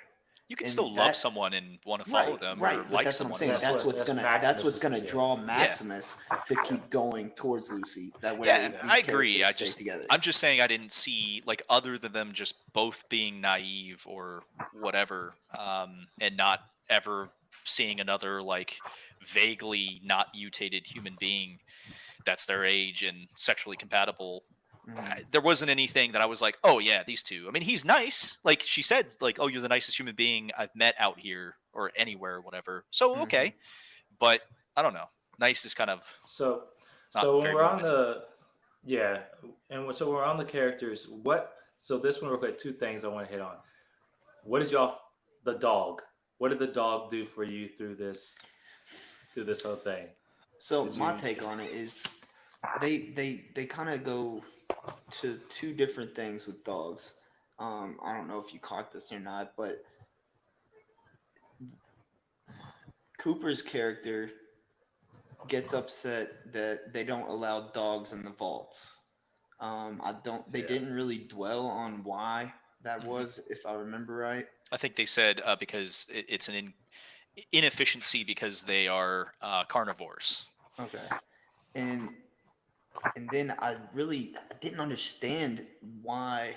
I I realized that everyone loves a dog for the companionship, but pretty much that's what that CX for or whatever his name was, the dog that was with the professor. Yeah. He just was there almost for companionship, right? I didn't in protection, kind of like there wasn't Loyalty. really any more that they really went on into that. I like the dog character, but I just don't know. I feel like they should have gave us more. Maybe I don't know. Yeah, Maybe y'all maybe see it there differently. should have been more of a payoff because it's like he is dedicated. We see him kind of grow up with the doctor, the scientist guy. He grows up with him. He's super loyal, and then he runs away with him, protects him. The ghoul kills the dog. Then the ghoul revives the dog, and the dog's just like, "All right, cool. Let's hang out Yeah. together. We're best friends." And then the ghoul keeps the dog around out of a little bit of pity, and he likes dogs, obviously. And then to help him track the head. And that's the main thing. That's what Yeah, but I don't know. I mean, it was. One scene, he's with that dog, and he's like reminiscing on his own dog, Yeah. and he's petting the dog, and he's like, "Sorry, buddy, you're not him." Yeah. But like I said, some of this stuff was just like, that's a cool scene, but what's it there for? Yeah, to sell a dog plushie, maybe. I don't know. To be honest with you, it didn't really have any payoff. It was almost like having a MacGuffin to chase down a MacGuffin. Yeah. So side characters, Chris. Who is your favorite side character? You know, we got the three kind of main characters, but who is that side character that, like, all right, I just love the scene with them. I just love the character, whatever. What do you got with it? You know, man, to be completely honest with you, I really don't think I cared for any of the side characters. Now I think about it. But if I had to absolutely pick one, it would be Lucy's brother. Yes. Mm-hmm. He was interesting. He was the little guy with a lot of courage. Yeah. Yeah. He was he would have to be the only one I would pick because he didn't just go along with what everybody said just because they said it. Yeah. You know what I mean? I liked his character. I like that he was like a little mouse. Every time some shit started popping off, he was able to hide in a corner or get under a table or something. And he figured out the secret. Yeah, that's what I'm saying. He was 31. So Yeah. He'll be. Yeah. I feel like he'll be an interesting character. Well, what did you later all on. pick for side characters? I got a good side character that I not really. It's more of maybe for comic relief. Side character was what was his name? the doctor. No, I did like him a lot though. I thought he was He fun. was I thought the good. doctor was fun. I Just just the thought, way like, that they talked about him and stuff was light Oh! humor. I know who I should have said. Who you got? Who? I should have said the old man that wanted to leave the vault. Every time they asked him, "How's your day?" He was- At Oh, first, yeah. he was the. He was kind of He's funny. like, "How's your day?" I Like every once other ran. day. What do you mean? And see, his character was interesting too because the fake democracy deal. He said, "I once ran for overseer. I didn't win though because he was not one of Bud's buds. Right. He's not Bud's bud. Yeah, so he was running and thinking that he's gonna get votes, and it was already predetermined who was gonna be the overseer because he wasn't. He's one of the people that were just in the vault for He's just a breeding regular or guy. whatever. It Yeah, won't just a work for him. regular guy. He's not chosen. I gotta go with I mean, like Chet and Norman together. Chet was the cousin who was in love with Lucy. That's what I was gonna say. I think he's kind of a His funny character was good. He's funny. It was Yeah. consistent. Yeah. He reminded me of like Ryan Gosling with It was yeah. yeah. His wife or his new wife that he was The blonde. getting. Yeah. There's something up with her. There's something. She's mysterious. part What of are- she's what part are of y'all Bud's putting down? buds. She's Yeah. in Right. with 31 because Yeah, you see that she came from 31. Yeah. When Lucy's brother is looking at where each person came from, he sees that she was from 31 to 33. Yeah.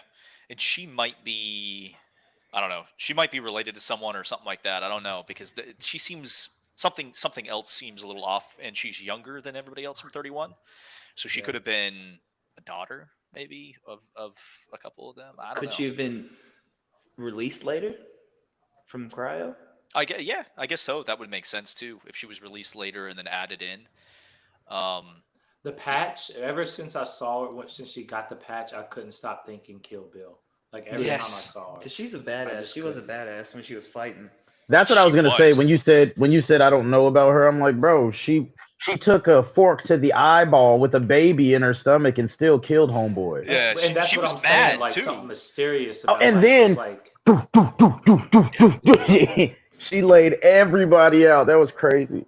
that's what I was saying. Like her backstory when it comes about is about to be like, you ain't just that home wife or nothing, No, Yo, and she's We'll see. oddly So- obsessed with her deceased husband Norman Yeah.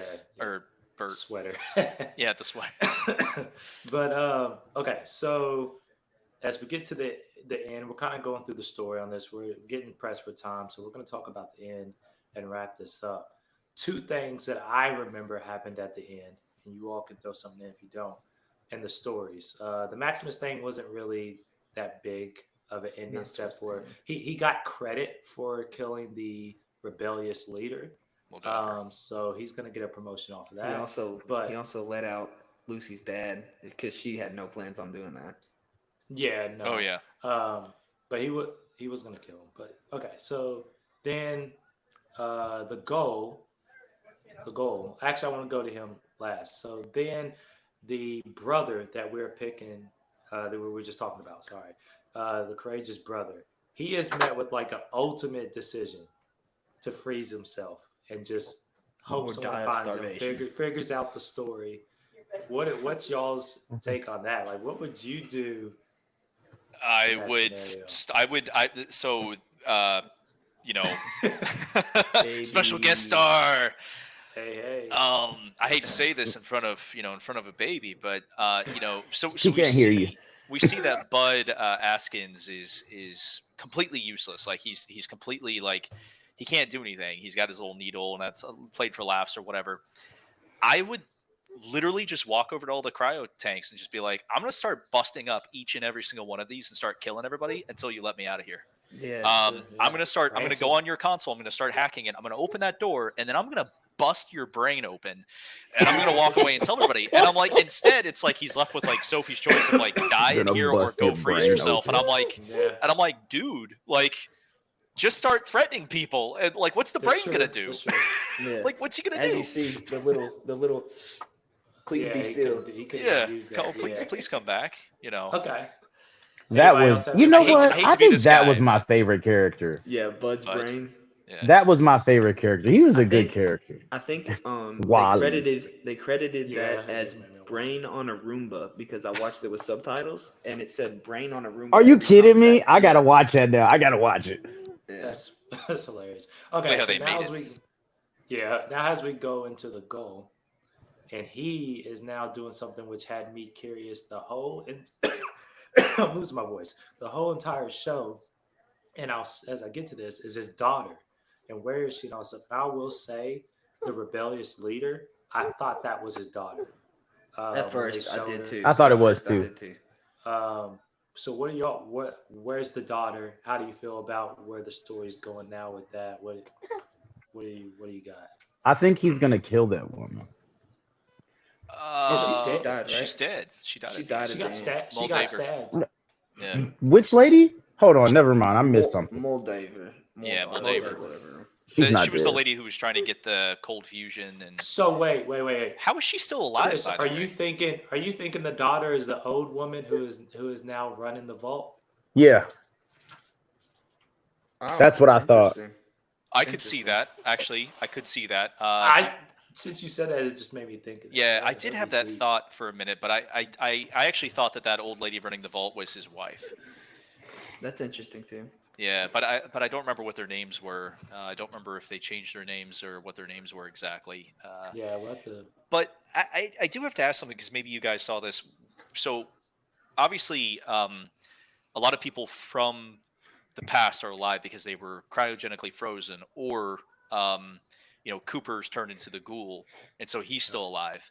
How did Moldaver stay alive? I don't think she did at the end because she got No, not injured. not at the end. No, How no, was No, she he's talking still about during the alive? story. How is From she alive? I think that That's she was true. on that stuff, man. What if that But she's stuff not that a. he was But she's taking not a keeps you ghoul. alive? Keeps She you doesn't alive. What if have you don't have to be? deterioration. Yeah, Well, hold on. I don't know. Let's think about the story though. Remember, the wife got out. She Yeah. found them. They fell in. Did they have a love? it seemed like it. Maybe. It seemed like Wait, they does she were. have access to cryo? But don't forget. That's what I was saying. She could have. that Because Cooper. she could go to sleep every 10 years, wake up for a couple days, check on things. Like, I'll be back in a couple years, guys. Remember, Cooper went to her little church or whatever you want to call it, and listened to Moldaver's Yeah, so like she was also spill. in. She had And some she Yeah. stuff didn't going look. on She too. didn't look too much younger than what she was at the Yeah. end of the episode. So she I was- figured it out. So- I figured it out. I figured it out. She was probably saved and put in one of the vaults and then figured out what was going on and escaped and started. I bet you that's what happened. But she never aged. Well, maybe she knew what was going on before she went down there. Maybe she got put in cryo and then woke up or something. Who knows? Yeah. I don't know. I mean, it seems It's like weird that they the left last that person that they would open-ended. want in the vault is someone who is actively trying. So maybe she figured out a way. Maybe they'll tell us in the second season. But Yeah, I that think it was just by a accident. question. It didn't matter, So what but you that was all just are a question I assuming? had. It Y'all are didn't make- assuming she came into the vault with those raiders, not that she was in a vault and then She took over. did come into the vault with the Raiders. Oh yeah, because she definitely. Those are her homies. Okay. She Yeah. used is it Rose?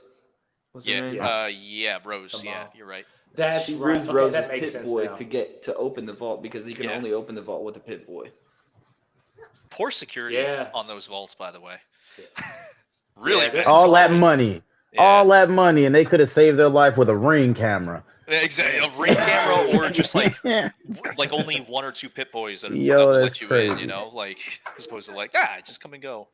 Not to mention when the brother goes to Vault 31, he just walks up to the door and he's like, "Hello," and then the robot lets him in, and then he's like, "All right, Yeah. hi robot," and then the robot's like, "Don't go through that door," and then after he goes through the door, he you locks him opened in, it. and I'm Yeah. like, "Lock the door." Lock the anyway. I'm sorry. I'm gonna. Hey keep Trey, being- I have to say something before we end. I just want one thing before we end. So come to me before we end. with the ghoul. Okay. With Well, the yeah, ghoul goal. at the very end Yeah. there, he all those shots that he took. Right. Here's what I thought was interesting. All those people that he killed and all those shots that he took. He had all the open.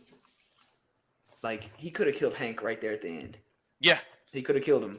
He killed him dead to rights. But he chose to just injure him. And then Because he needs to know because where he his doctor knows is. he knows that he knows something about his daughter. Yes. Because he says to Lucy, he says it's better to follow a stuck pig than a dead one or something of the sort like that. Stuck pig is easier to track, but they don't talk. Yes. Yeah. Yeah. Yeah, exactly. No, he needs to know where his daughter is for sure. So hold on. But doesn't he say, "Where is my family"? Yes. Yeah. He's looking So for Okay, his so he wife. doesn't he's know- he actually doesn't know looking about for his his wife, wife too. too. He doesn't Yeah. know for sure. Yeah. So And he's that's looking for- motivation to stay alive, man. I The tell you. very last scene is where that's New Vegas, right? Is that what the I thought he went up to like, was it Vegas? It's or- Sandy. It was Sandy, What? I think it actually I don't know. I think Was it it was Vegas or because Seattle? there's Fallout New Vegas, right? Yeah. And I think that's what they're trying to take this next season into. Well, is in Vegas, did that. all the power turn back on? Because that's the main thing we got hit with. Is that like now everybody has power back?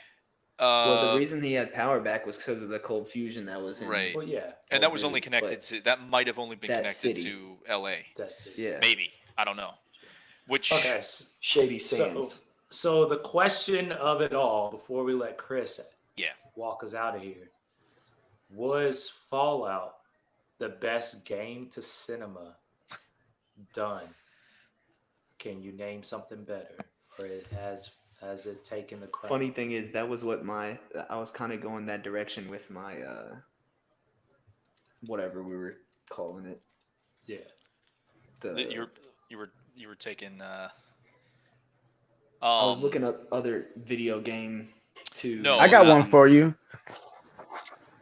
The Mario What's- Brothers, Super Mario I Brothers. used I Rotten thought about Tomatoes Mario as a Brothers, and the recent gauge. movie was actually really good, but Yeah. I don't think it. Which one are you talking it- about? Are you talking about the newest new one, or are you talking about? I'm talking about the OG with John I know Leguizamo. Yeah. That Yeah. was funny. Yeah, So you would here's- say that. Here's what. So here's Teenage what the Mutant Ninja internet Turtles says. could have been it, but I would All say of that them. That's it All could have of been. them. I'm The saying OG? could have been. from. All right, I'll give you a couple that are better than Fallout, just from a character writing perspective, and I enjoyed it a little bit more.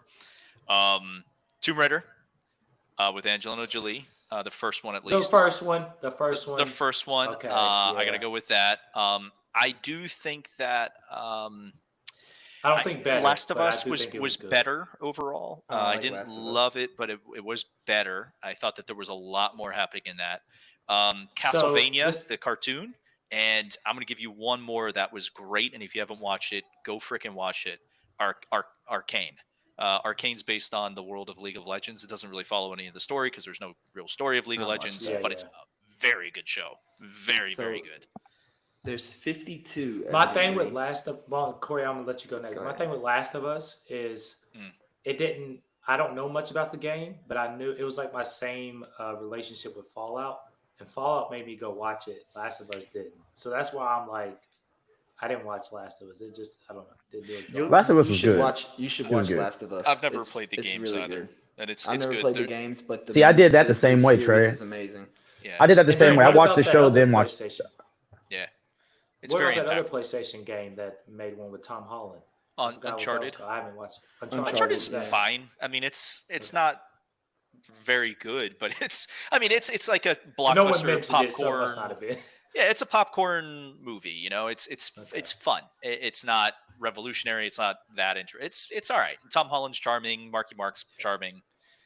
You know, I know you All right, guys Corey, got, so you got got- something you got with a Rotten list. Tomatoes. Evidently, I heard you guys Yeah. talking about something about Rotten Tomatoes that you may not like. But They're just rigged. It's just 52. It says 52 video game movies ranked by their tomato meter. So you give us So, top five or off it. I'll give you the top 5, which you probably wouldn't guess. okay. Number 5 is Gran Turismo, which I haven't watched that Oh, movie. I watched that. That was It's good. based off of the Yeah. PlayStation racing game. Yeah, Yeah. Okay. solid. I haven't watched Yeah. that. Yeah. Number based 4, on a true story too. But yeah, Yeah. go ahead. Number 4 is Pokemon Detective Pikachu, which I watched. I don't need to see any more of I this gotta list. go. Yeah, I'm done. I don't want to hear any What more. was the number one? What was the number one? I Number gotta. one. No, you can. was No, you can interesting. keep going in order. Keep going Yeah. in Okay. order. Number 3, Sonic 2. I haven't seen it. I Chris, saw They're just Sonic. going off of what sold the most at the box office at this point. Well, it's Rotten Tomato rankings. It's like Yeah, that. exactly. Who paid for the Number most $50 2 reviews? is Angry Birds 2. Oh my god. Come on, Jesus. And number 1 is Werewolves Within, which I had no clue was a thing. I know of the game. It's based on they're basically like adventure games. It's based off of a Okay. card. The game's So based here off we of got a new card game. rule Oh, for yeah. the Okay. podcast. Rotten Tomatoes has We're done with died. it. I We're can do that. never again coming up on this podcast. So Chris wanted to leave us with something. And It then was we're just gonna one of the call- things, a spoiler that I felt like it was one of those things where it was a what if none of this would have happened. So Okay. All right, if I here we go. remember correctly, the only way they had communications with the other vaults was via the little shitty computer, right? Yeah.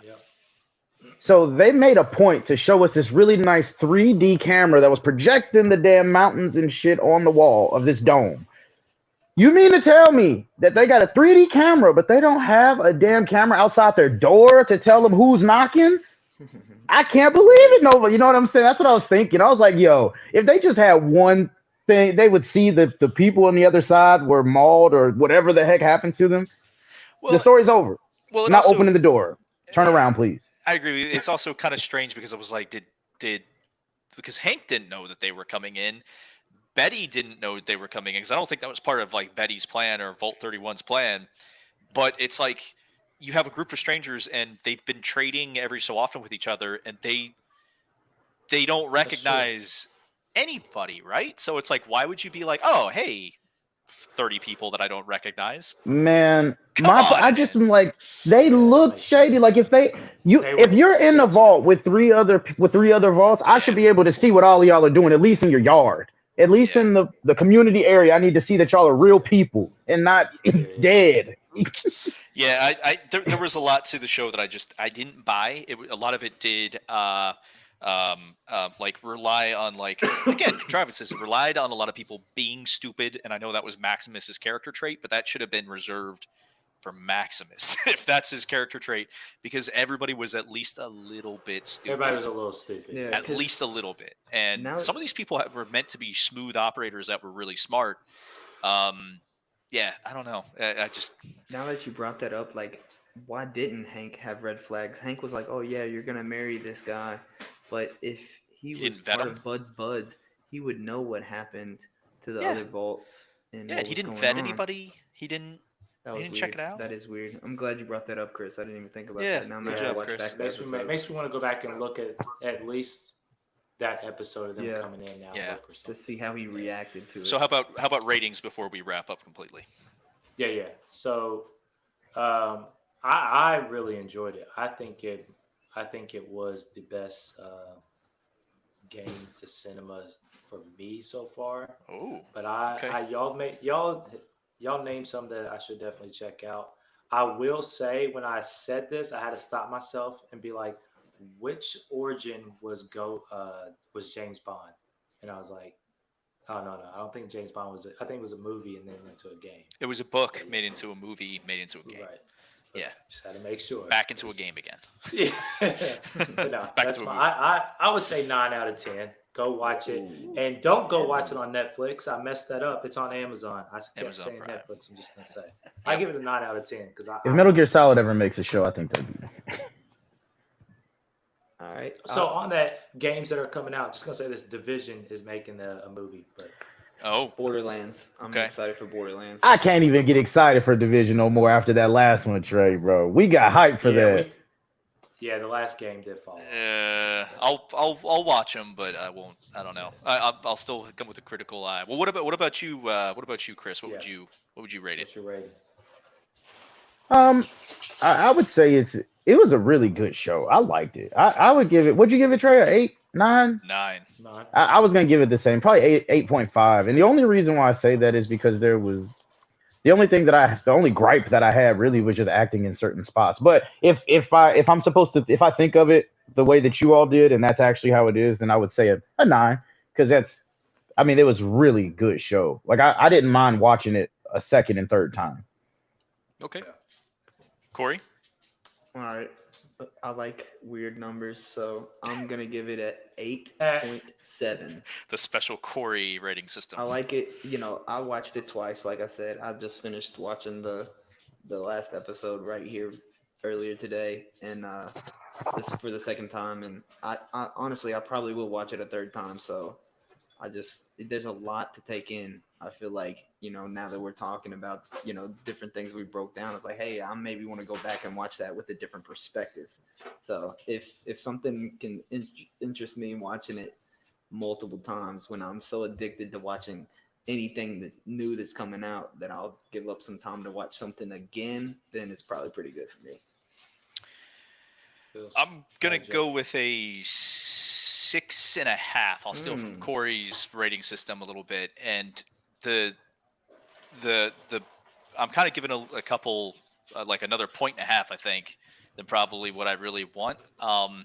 Just because there was enough in it with the Ghoul that I would tune in for a second season to see if they can maybe kind of work out some of their issues. I do understand that bringing a universe like this to life on like a limited TV budget. I don't know what their budget was, but it wasn't $500 million probably, so that's hard to get all the CGI, build the universe, get people familiar with it. So there's a lot of world building you have to do.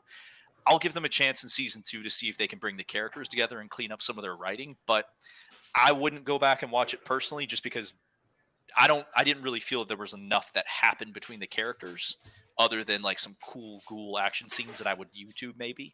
But like it was just kind of A to B plot writing. If your girlfriend wanted to watch it, you wouldn't watch it with her again? I mean, listen, if that's a no. Yeah. I mean, if she asked me nicely, yeah, if she was like, hey, but like, it's my girlfriend, like I'd just be spending time with her and like, hanging out or whatever. But, if one of you like asked me to watch it with you, just like without like critiquing everything, like we were sitting down critiquing, I'd watch it again.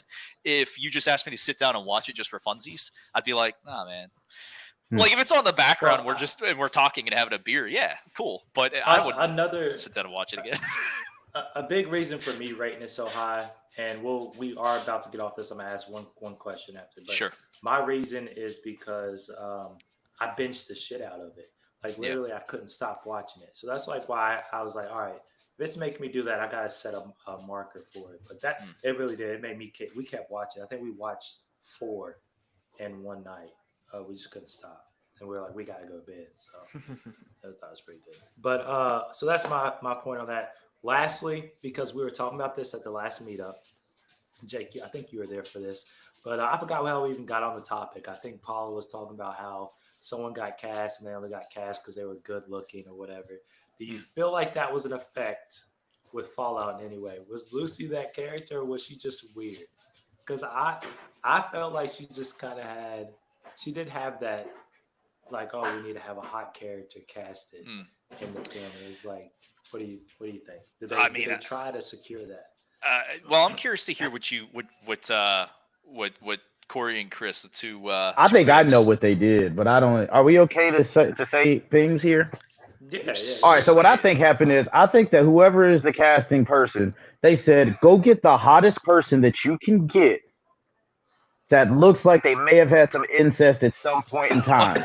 But she looks, I mean, she's very pretty, but her eyes are like this big. That's what the eyes kept throwing me off. And she got a big ass water head, bro. Like she looks. Oh my God. I'm just saying, I think that's what they did because she looks, because you assume that there's some weirdness going on in the vault. So you're like, they got to look weird. Like the homeboy with the one eye. He had one eye in the middle of his head. That was a different vault. That was I know, but my point is, but the same stuff is going on. The same, you know what I'm saying? It's a gene pool. It's not that big. Yeah. I was curious if that tactic. Didn't he say his over first cousin? The dude with the one eye. His first cousin was the gulper that had the fingers in his mouth and it was eating everybody. So, I mean, I think. Am I wrong for saying that? I like petite brunettes with big eyes. I mean, that's something I really like. I mean, I thought she was beautiful. She was kind of odd looking, but I think that casting had a lot more to do with like kind of the doe-eyed thing where she was meant to kind of look like if you see some of the cast photos or whatever, like the promotional photos. You don't have a full body, but they kind of do this pose for like the Pip-Boy thing where they bend at the hip and put their thumb up and have like a big smile kind of thing. Yeah. I think she was meant to be like kind of a quirky but idealistic look at like big-eyed America's going to be perfect. We have our beautiful cornfield. I can see that.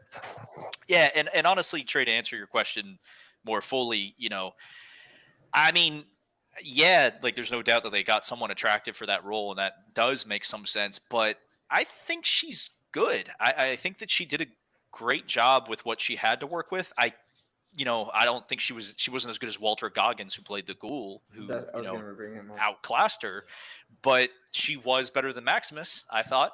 And she has like a legit, I mean, she's You not, know what? she doesn't have a huge, but I think they're all equally good actors. If Maximus's character is supposed to do that, he did a good job. The Ghoul, his character was supposed to be that, and he did a good job. killed And it. she's supposed to let's be honest, naive. Chris, She did a good job. With the Ghoul, you knew exactly what he was supposed to be. With Maximus, we didn't know until someone had to go behind the scenes and tell us. No, I knew he was a frail bastard as soon as I saw him. I knew he was frail. The opening scene is him getting beat up behind barracks like he's frail. That's not. He didn't even throw a punch. I didn't need much investigation, bro. He didn't do shit. I'm with you on that. He was a punching bag in the beginning, and I was like, "What?" I was like, "This That's guy the just keeps getting beginning, and then it getting his nose continued broken on. over and over again." Hey, when Chris calls you frail, He was frail, bro. So Trey, why do you ask that though? Did you feel like her? Like, did you not like her in it, or did you feel like her casting was weird? No, I felt like she was the perfect look and everything for it. But it's just, we're talking about it at the meetup and how because even me and my wife were watching someone that had a short film blow up, and she was like, I don't get how and all this stuff, and I kind of saw all this stuff and I kind of called it all. It's because they used these really popular influencers. This one girl who was an influence model, and it made the short. I got a good example for you for that right now. You want to know who is that girl right now in the industry? Sydney Sweeney. There we go. We said it at the same time. Yeah. But I mean, was Margot Robbie. I love her too. Margot Robbie's she's actually good though. I mean, Yeah, no, she is good, but I'm just saying she is definitely. All right, wives and girlfriends, turn off the live channel. Trey, we're gonna edit this to a different one, but we're gonna go into the late. Put your smoking jackets on. Put your smoking jackets on, gentlemen. We're gonna have the real conversation here. So that is the wrap for. We didn't stay on track, but we're getting there.